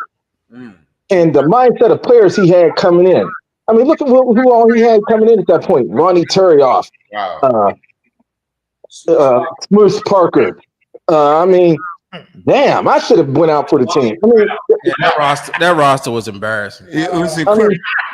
But my thing about Phil was this: you can't say that he cost them the finals with Detroit and then the same breath say that if Karl Malone would have played, then that finals been different. Though you can't have it both ways. That's all I'm saying. You can't have it both ways. No, like I said, my opinion of it was this. My opinion of it was when it came to that finals with Detroit. Hey, Mark. I would say it this Did way. we lose Mark? Did we lose Mark? And it can't Kobe had that mindset that he was, and I hate to say it, that I wasn't a Kobe fan at that point. Now, to be straight up with you. Oh, wow. I'm No, surprised, Mark. because you know, I thought he was a disruptor, and I thought I put it to you like this. I don't know if you saw the documentary. Jerry West said, "You know what? It came a point where Jerry Buss basically said, okay, one of them got to go,' and he was getting ready to get rid of Kobe. Wow. And Kobe was about to go to the Clippers. And Yeah, but that same season, no. I think that's when Roma lost all Oh, respect my to Kobe goodness. too. See that, and what happened? What ended up happening is Jerry West said, let's just see what happened. They did that next run, and that's when it came down to where they realized. I'll tell you what messed up. When they realized that after that Detroit series, they said, you know what? We believe Shaq has given us all he's going to ever be able to give us at this point. that's amazing. We can move on from him. We got to build this franchise around Kobe. Yeah, you And know, hey, Mark, that- but yeah. let me ask you a question there. It seemed like there should have been a more valuable inclusion, or on this right here, because I believe Kobe and Shaq would have gotten at least 2 more rings, if not 3 together, because no matter what, and I think the beef was Kobe was a workaholic, and Shaq was, hey, I want these burgers. I want my talent will show up when I get on the court type situation. I think Shaq got kind of lazy in his workout. Hey, bro. guys, No. real quick. We got 10 minutes. Oh, We got 10 minutes. well, no, William. hold it. We got 10 minutes. Well, I just checked with the CEO. If we don't want to go over 5 or 10 minutes more, then you got that leverage. Hold on 1 second. Let me finish. I believe that things, if Kobe and Shaq had stayed together, then it would be a whole different conversation about who is the GOAT. And I think based on today's stats, it would have been Kobe. I know and I believe that Kobe and Shaq would have gotten at least 1, if not 2 more rings. See, here was the thing. Here was the whole thing. They was going to have to revamp that whole team, though, because you got to remember. Why? Why, Mark? Okay, because at that point, Karl Malone, he's 40. Gary Payton said, "I can't play." Ron Harper. This is before Gary Payton and Shaq. Okay. Well, no. Let me tell you. Here's the mistake. One of the mistakes they made. They had a shooter in Glenn Rice. I don't know. Glenn Rice was solid. And they let him go. You started messing around with cats that never developed, Samaki Walker and all that BS. Wow. So Glenn Rice legs gave out on by the time he was in LA. Wow. Well, but you don't lose that stroke. Oh man. The thing with Kobe. For me, with Kobe, when I really became a big Kobe fan, is when he went on that second run. At that point, I said, "Okay, I'm locked in with this cat." Because that first run, Kobe, I was not a fan of. Yeah, I thought he was selfish. He got that stuff up in Eagle, Colorado's first, snitching on other people. I didn't like that version of him. But that second version was the baddest dude I've ever seen. Right. And Mark, let me ask you, going back to the first version you had of him, could it have been that Kobe wanted more for that team then he felt that the team was giving back. No, I think what it was is that at that point it was a battle over whose team it was. Yeah. It was, and it was going to either be him or was it going to be Shaq? And see where the divide came in early on. It was Shaq. This is where Shaq came and screwed up. Shaq had injured his toe or something. He should have got surgery right after the series, right after the season. He waits until a week before training camp, knowing it was going to take 2 months. Okay. For his foot to heal. Okay. Gets that surgery done, comes in kind of out of shape. Kobe looks at him like, what the hell are you doing? Kobe was all about trying to win. I'm not saying Shaq wasn't, but I will say this. Kobe had another motor that Shaq did not have. Kobe had that. He had that Bill Russell in him, where that's my point. Where he had that extra drive to where, like Michael Jordan, like a Bill Russell, those are the only 3 men I've ever seen in the sport that had this. And that is, they didn't accept failure. See, that's the problem Wilt Chamberlain had, is that he would accept it. Bill Russell said, hell no. And Kobe and Michael Jordan was like that. Magic was like that. That's right. And see, Shaq didn't have that. Shaq was like, well, we can regroup and come back. No, man, the next year ain't good enough. We need to get this now. Let's do it now. Mark, you explained what I wanted to say earlier perfectly. Man, you got to have that killer instinct. You have to have that drive, no matter what your talent is. And K-Love, we showcase this every Monday. Yep. Okay, yeah, I'm putting in a plug right there. And that is WB and K-Love on Monday Night Madness, music, fun, laughter. Just right, on Monday nights, 5:15 p.m. on the West Coast, 8:15 on the East. Hey, Mill, get back here. We got to continue the conversation. I think that the show, our host has go to the green room. Oh, yeah. Hey, Mark. Yeah. Oh, my goodness. Now, got K-Love. Yeah. Romar, you there? Okay. All right. And my brother, okay, that comes in each and every week with your great perspective. Tell the audience who you are. He went silent. He had a whole lot to say. Who was that? Who was that, Derek? Is that Derek? Who, me? Hey, Derek. Yeah. Derek. Yeah. Oh, you talking about me? Yeah. Go ahead. Well, your name is Derek. You missed your cue. What the hell's going on, Derek? I didn't hear you call my name. I thought you were talking No, about we somebody else. Don't feel bad. Look, I was confused too. Hey, Derek. Yes, sir. Derek. Okay. You know, I'm the CEO, and I pick up on BS, right? Okay. All right. I just want to thank you so much for your insight each and every week, brother. You on I it? appreciate it. No. We appreciate you. All right. So make sure you tell your friends to tune into the Buzz Studio WW Buzz. Hey, Romar, don't say a damn thing. Okay. Studio W Buzz Global Radio Network. Hey, Romar, don't do it, Romar. Bruh, this guy come on here trying to plug, sounding like Juan Conde from Juan Conde. What? Yeah. I haven't heard that name in a long time.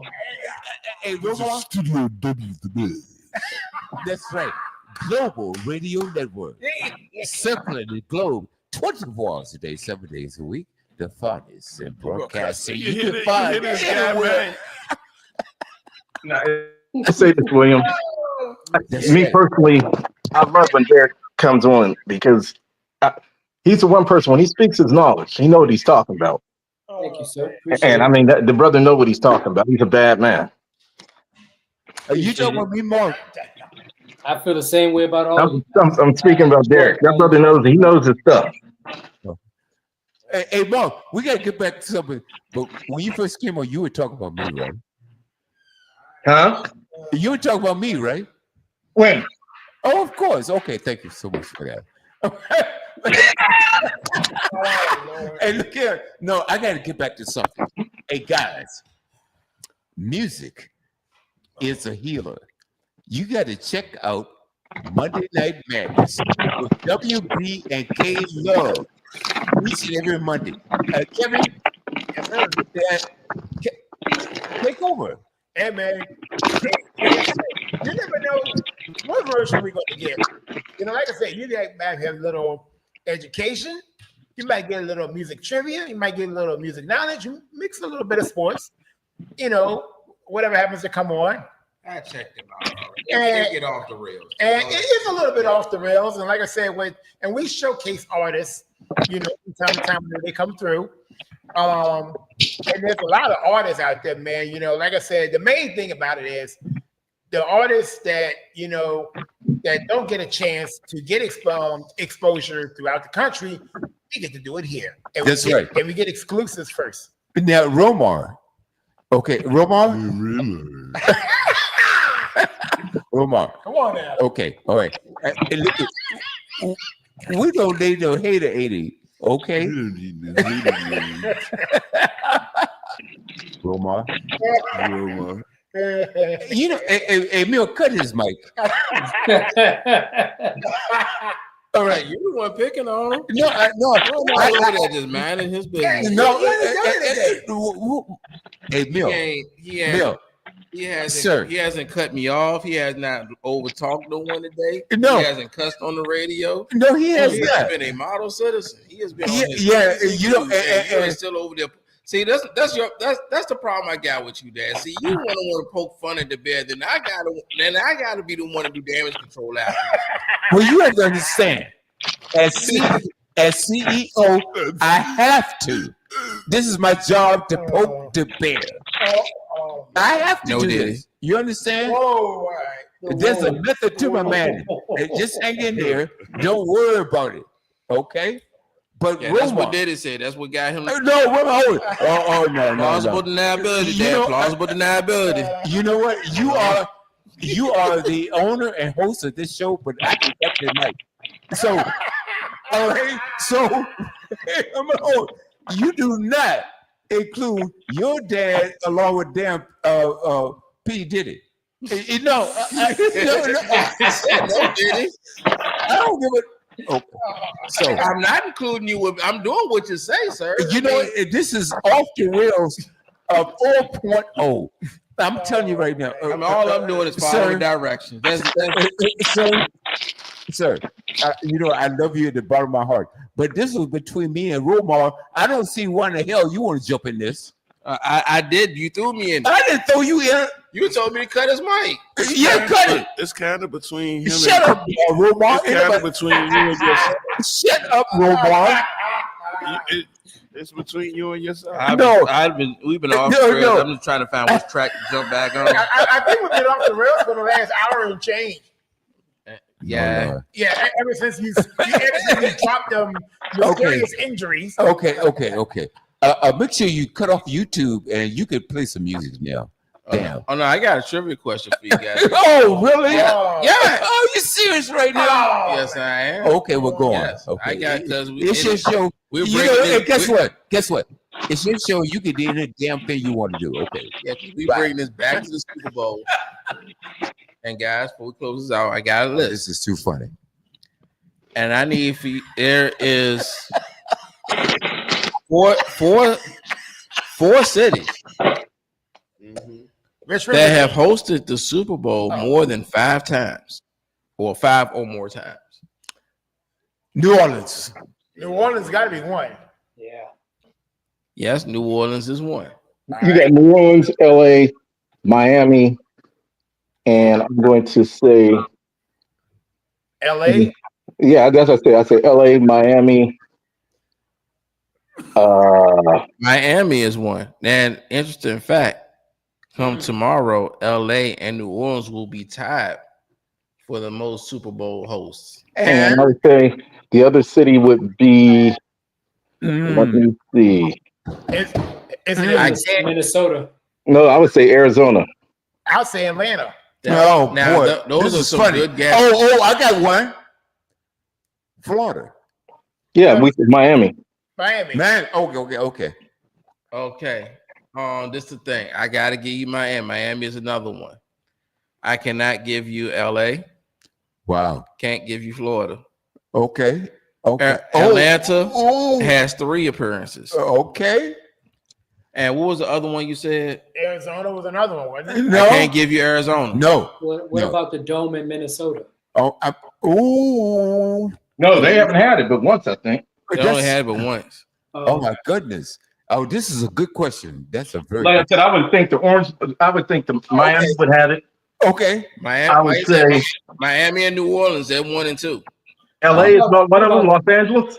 I can't give you Los Angeles. Los Wow. Angeles What incorrect. about Atlanta. Tampa or Atlanta. Jacksonville? Atlanta.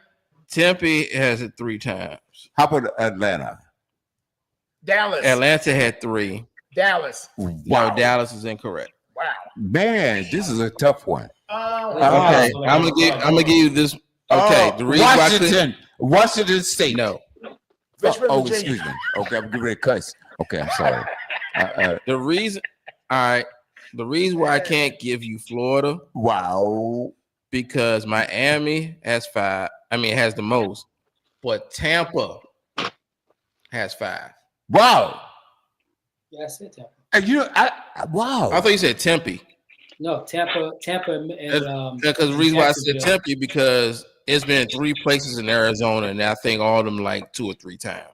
Well, So I thought you said Tempe, Arizona. I ain't know thought you meant Tampa Bay. Tampa and Jacksonville is what I said. So Yeah. Jacksonville. No, Okay. there's one more. Tampa. It was got a fight breaking out. Silver Dome in Detroit is no. Oh, wow. That's pretty cool stuff, man. There's a reason why I can't give you California. And why is The that? Raiders keep going back and forth. Oh, That's why. are you Vegas. No, you're Why? forgetting. It's spread out. It's been spread out. They didn't have it Palo Alto. I think North and South no. California, Northern and Southern California. Is that the reason? No, the Super Bowl was at the Rose Bowl And 5 Not times. an NFL Yeah, but stadium. that's still LA. that's in I Southern can't give you California. LA because that's not the Rose Bowl. That's That's Pasadena. part- No, that's still part of LA though. That's right. That's part of LA County. No, Mill. Nope. Yeah, that's part of LA County. That's exactly Y'all right. forget who y'all talking to. Why you? Yeah, Well, guess what? Hold on, Mill. You know you gotta be to the letter of the law with me. No, If I guess say what? if it's the Rose Bowl in Pasadena, then that's where it is. That's No, not LA. that is LA. No, let me tell you why you're wrong, Mill.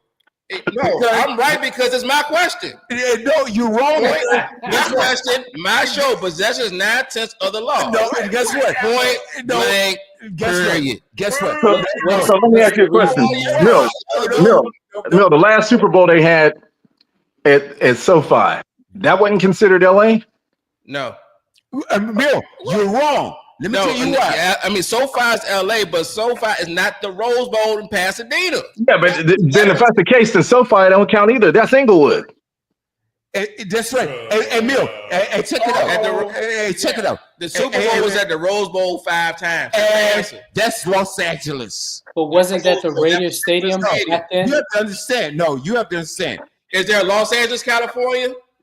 Of course. Is there Pasadena, California? Guess what? Then miss me with your complaint. Guess what? And you're wrong. Let me tell you I don't why. care. It's my show. It's mine. It's my show, my questions, my answers. You have no argument. Yes, I No, do. you do not. And let me tell you why. Nope. Number one, when you yell, nobody can hear you. So let's bring it down. Let's bring it down. I have lived in California for 39 years. Mark has lived in California. Okay? And you have, as my son has visited me to California. And let me tell you something. California, the districting is different from what it is in Virginia. You, that sounds kind of weird there. But anyway, you can all you want. Okay, Let me count the ways No, I don't no. give a damn. And let me tell you the ways I don't. And, hey, look, I have the microphone right now. And let me tell you what happens. You cut my microphone, I go home and I can take a shit like I want to. Oh, I'm sorry, I done cussed on the radio. Yeah, that's why I keep saying 10 minutes. I gotta go home and use the bathroom. Now, you want to keep dragging this out? Let me finish my conversation because Scott, let me finish. Tonight, The way before I fart in here again. This is getting stupid now. Hold on 1 second. The way the East Coast and the West Coast are districtly different. Okay, in Virginia, you have the cities and you have the counties. On the West Coast, you have the counties. So if you live in Los Angeles County, you're counted one way, okay? And it's entirely different. You have to understand the way this is described. So Pasadena, that's in Los Angeles. Yeah, because no, seriously, Milton, if you meet a person and say they are from Pasadena, they said, well, hey, you said, where are you from? LA? Or what part of LA you from? Pasadena? I mean, that's a part of LA. On the West Coast. Yeah, it's a suburb of LA. That's right. It's entirely different the way it is described on the East Coast versus the West Coast. Because you get people to say San Diego. You say, hey, where you live? Oh, Marietta. Oh, so you from San Diego, right? That it's weird how they do that. But it's weird. It's different. Let me finish. Let me finish what I'm saying. Okay. What I'm saying is it is entirely different the way it's described on the West Coast and like Mark is saying on the East Coast. Because if that's the case, then LA's really only had one Super Bowl because and that's the very first one because that was played at the Coliseum. All the other ones, when they say Los Angeles has hosted the Super Bowl in the past, Mill is right. They usually always have it at the Rose Bowl. And it's fine. Then they had this last one. I think it's SoFi. Pasadena, California, right? Yeah, but it's still part of LA County. The stadium is in, right? And it's in Los Angeles County. It's LA County. LA County. The Rose Bowl. Richmond is. So you're telling me the Rose Bowl is not in Pasadena, California? It's in LA County. What is Pasadena, California? Yeah, but Pasadena. What was the question? What city they hosted the Rose Bowl more than 5 times? The answer is Pasadena, California. And if you didn't say Pasadena, miss me with it. But here's the thing. Here's the thing, though. You're right on that aspect, but here's where the NFL does it differently. When they say the city host is going to be LA, but the game's going to be in Pasadena, the whole thing is still the city that's hosting it. It's Los Angeles. See, the NFL screws people up with that because what happens? That's the point. He's 100% right. Downtown. When they if they're gonna host the Super Bowl, you would think, well, it's got to be at the Coliseum, and the Coliseum is it's right in downtown, almost downtown. Whereas Pasadena is like 20 minutes, at least 20, 30 minutes north. And Pasadena has always been considered Los Angeles. Yeah, they've always considered LA. I think the cutoff for LA, where you consider it would be LA. I don't know. It's weird. It's Burbank. That's right. Burbank is actually closer to Pasadena than LA is. I don't know how they do that. That's exactly right. And then you go north of Crenshaw and Beverly Hills. That's considered Los Angeles. Yeah, all of that. Malibu. And all of that is Malibu. That's exactly right. Yeah, they consider it all LA. And but whatever you're trying to. But they ain't asking the questions. I am. But I will say this: I will give Bill credit for this, William. If it was $1 million question, Y'all And, look right and, now. I ain't getting and that hey, them trivia shows ain't gonna give you that million. million. You ain't getting that million. They're gonna tell you it's Pasadena. They will do that to you. So I gotta give him. He's right on that part. But it is considered Los Angeles. But it's like I said, the way the NFL does that, it throws me off because I think the last time they had it, it was SoFi. They said, "Oh, it's in Los Angeles," but realistically, it was in Inglewood. If they were going to host the Super Bowl in Los Angeles itself, right in downtown LA, however you want to put it, it would have to realistically be at the Coliseum. That's exactly right. It would have to be at the Coliseum, but they consider SoFi, they consider Pasadena, they consider all of that still a part of LA. There's another stadium, ain't there, Will? Yeah, Carson. You remember when the Rams and the before they moved into SoFi, they had and the Chargers, they had to play over at Cal State Dominguez Mm-hmm. at that Stalker Stadium. That's exactly right. Stalker Stadium. And see, Yeah, it was. It was a soccer stadium, Home Depot Center. And let me say this, Mark, because you live here in Richmond. You've got Chesterfield County, you got Henrico, and you got all of these, and they're called counties. But then you have the city of Richmond. On the West Coast, it's designed a lot differently. Yeah, because you know what? When I was in Richmond, you made it for where you from? I live in Caroline County. Was that a city or what? No, that's what. I guess they go by counties there. Different counties, and but what I'm saying in California, the cities are different. No, it's a whole lot different. Now let me ask you. Now that you said that, this always had Henrico. So Henrico is basically a county. It's not a city. It is. It's a county. It's not a. City of Richmond. And then you got Petersburg, which is a city. Okay. You got what else do you have? Goochland County, you got Ashland, you got all these counties. You got Hanover. Okay. And on the West Coast, it's entirely different the way the setup is. That's what I'm trying to get you guys to understand. Okay? Because anything within the county of Los Angeles It's considered LA.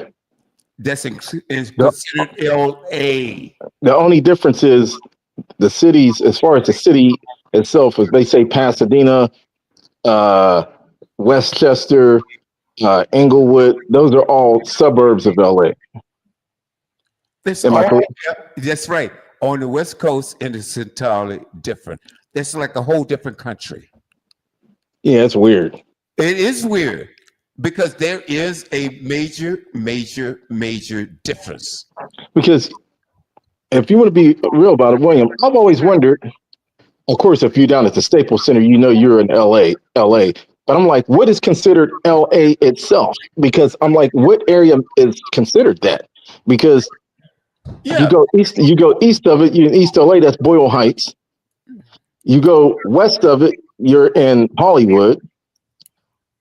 You got Gardena, you got Inglewood, you got Hawthorne, or Wilmington. All of that is considered LA. They consider it LA. That's weird. The only thing that separates you is the zip codes. That's the bottom line.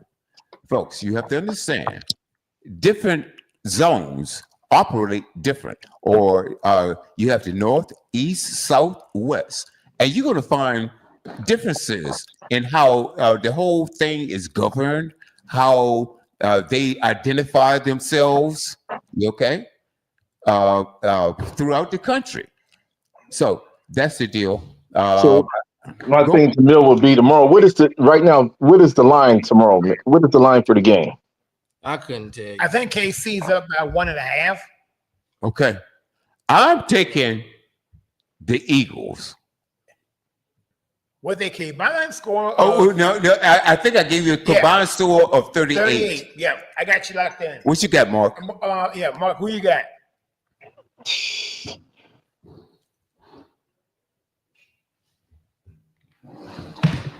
Whoa. It'll be something like a 35-28 type of game. So you're looking for a high scoring affair. Yeah. So he says 35-28. So Mark's combined score will be 63. All right, Mill, you're the man of the hour. What's your combined score? Yeah, I'm going 81. Kobe. 81. Yep. Really? All right. Yep. Okay. It's gonna be something like 80. Well, I think it's safe to say you're gonna have the highest combined score out of everybody in the pool. it's gonna. Kansas City will probably score like 23, 25 points. 25 plus what? And then you're gonna have like what 50 something. So basically it's like 55-25 score. Yeah. 56, 25, something like that. Yeah. So yeah. Because I feel like we gotta run the scoreboard up on them.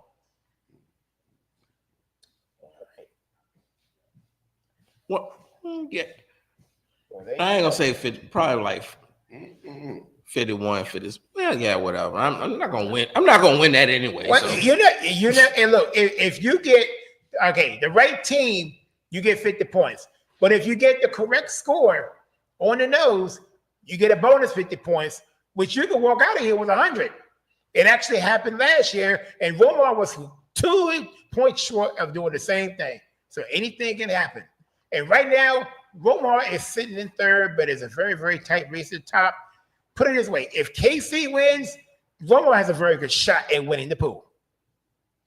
Let's put it that way. So that's where we're sitting at right now. Romar is sitting in third place, but it's a very, very tight window. All right, guys, we gotta get on out here. But I appreciate you guys for spending the afternoon with us. It's been awesome. I loved all the content. Mr. Galloway, thank you for joining us once again as usual. The Boxing Guru, thank you. Mark, you bring it every week, man. It's like it's almost like it's just like this week. We couldn't wait for you to get on because what you bring, we can't generate what you bring to the table, man. So we appreciate everything that you bring with the Studio W Sports page, brother. Thank you. And for everybody at home, I love you guys. We about to win us a Super Bowl. It's still fly, Eagles fly. I'm nervous as hell, but we gonna get it done. And as always, I'll see y'all in church tomorrow.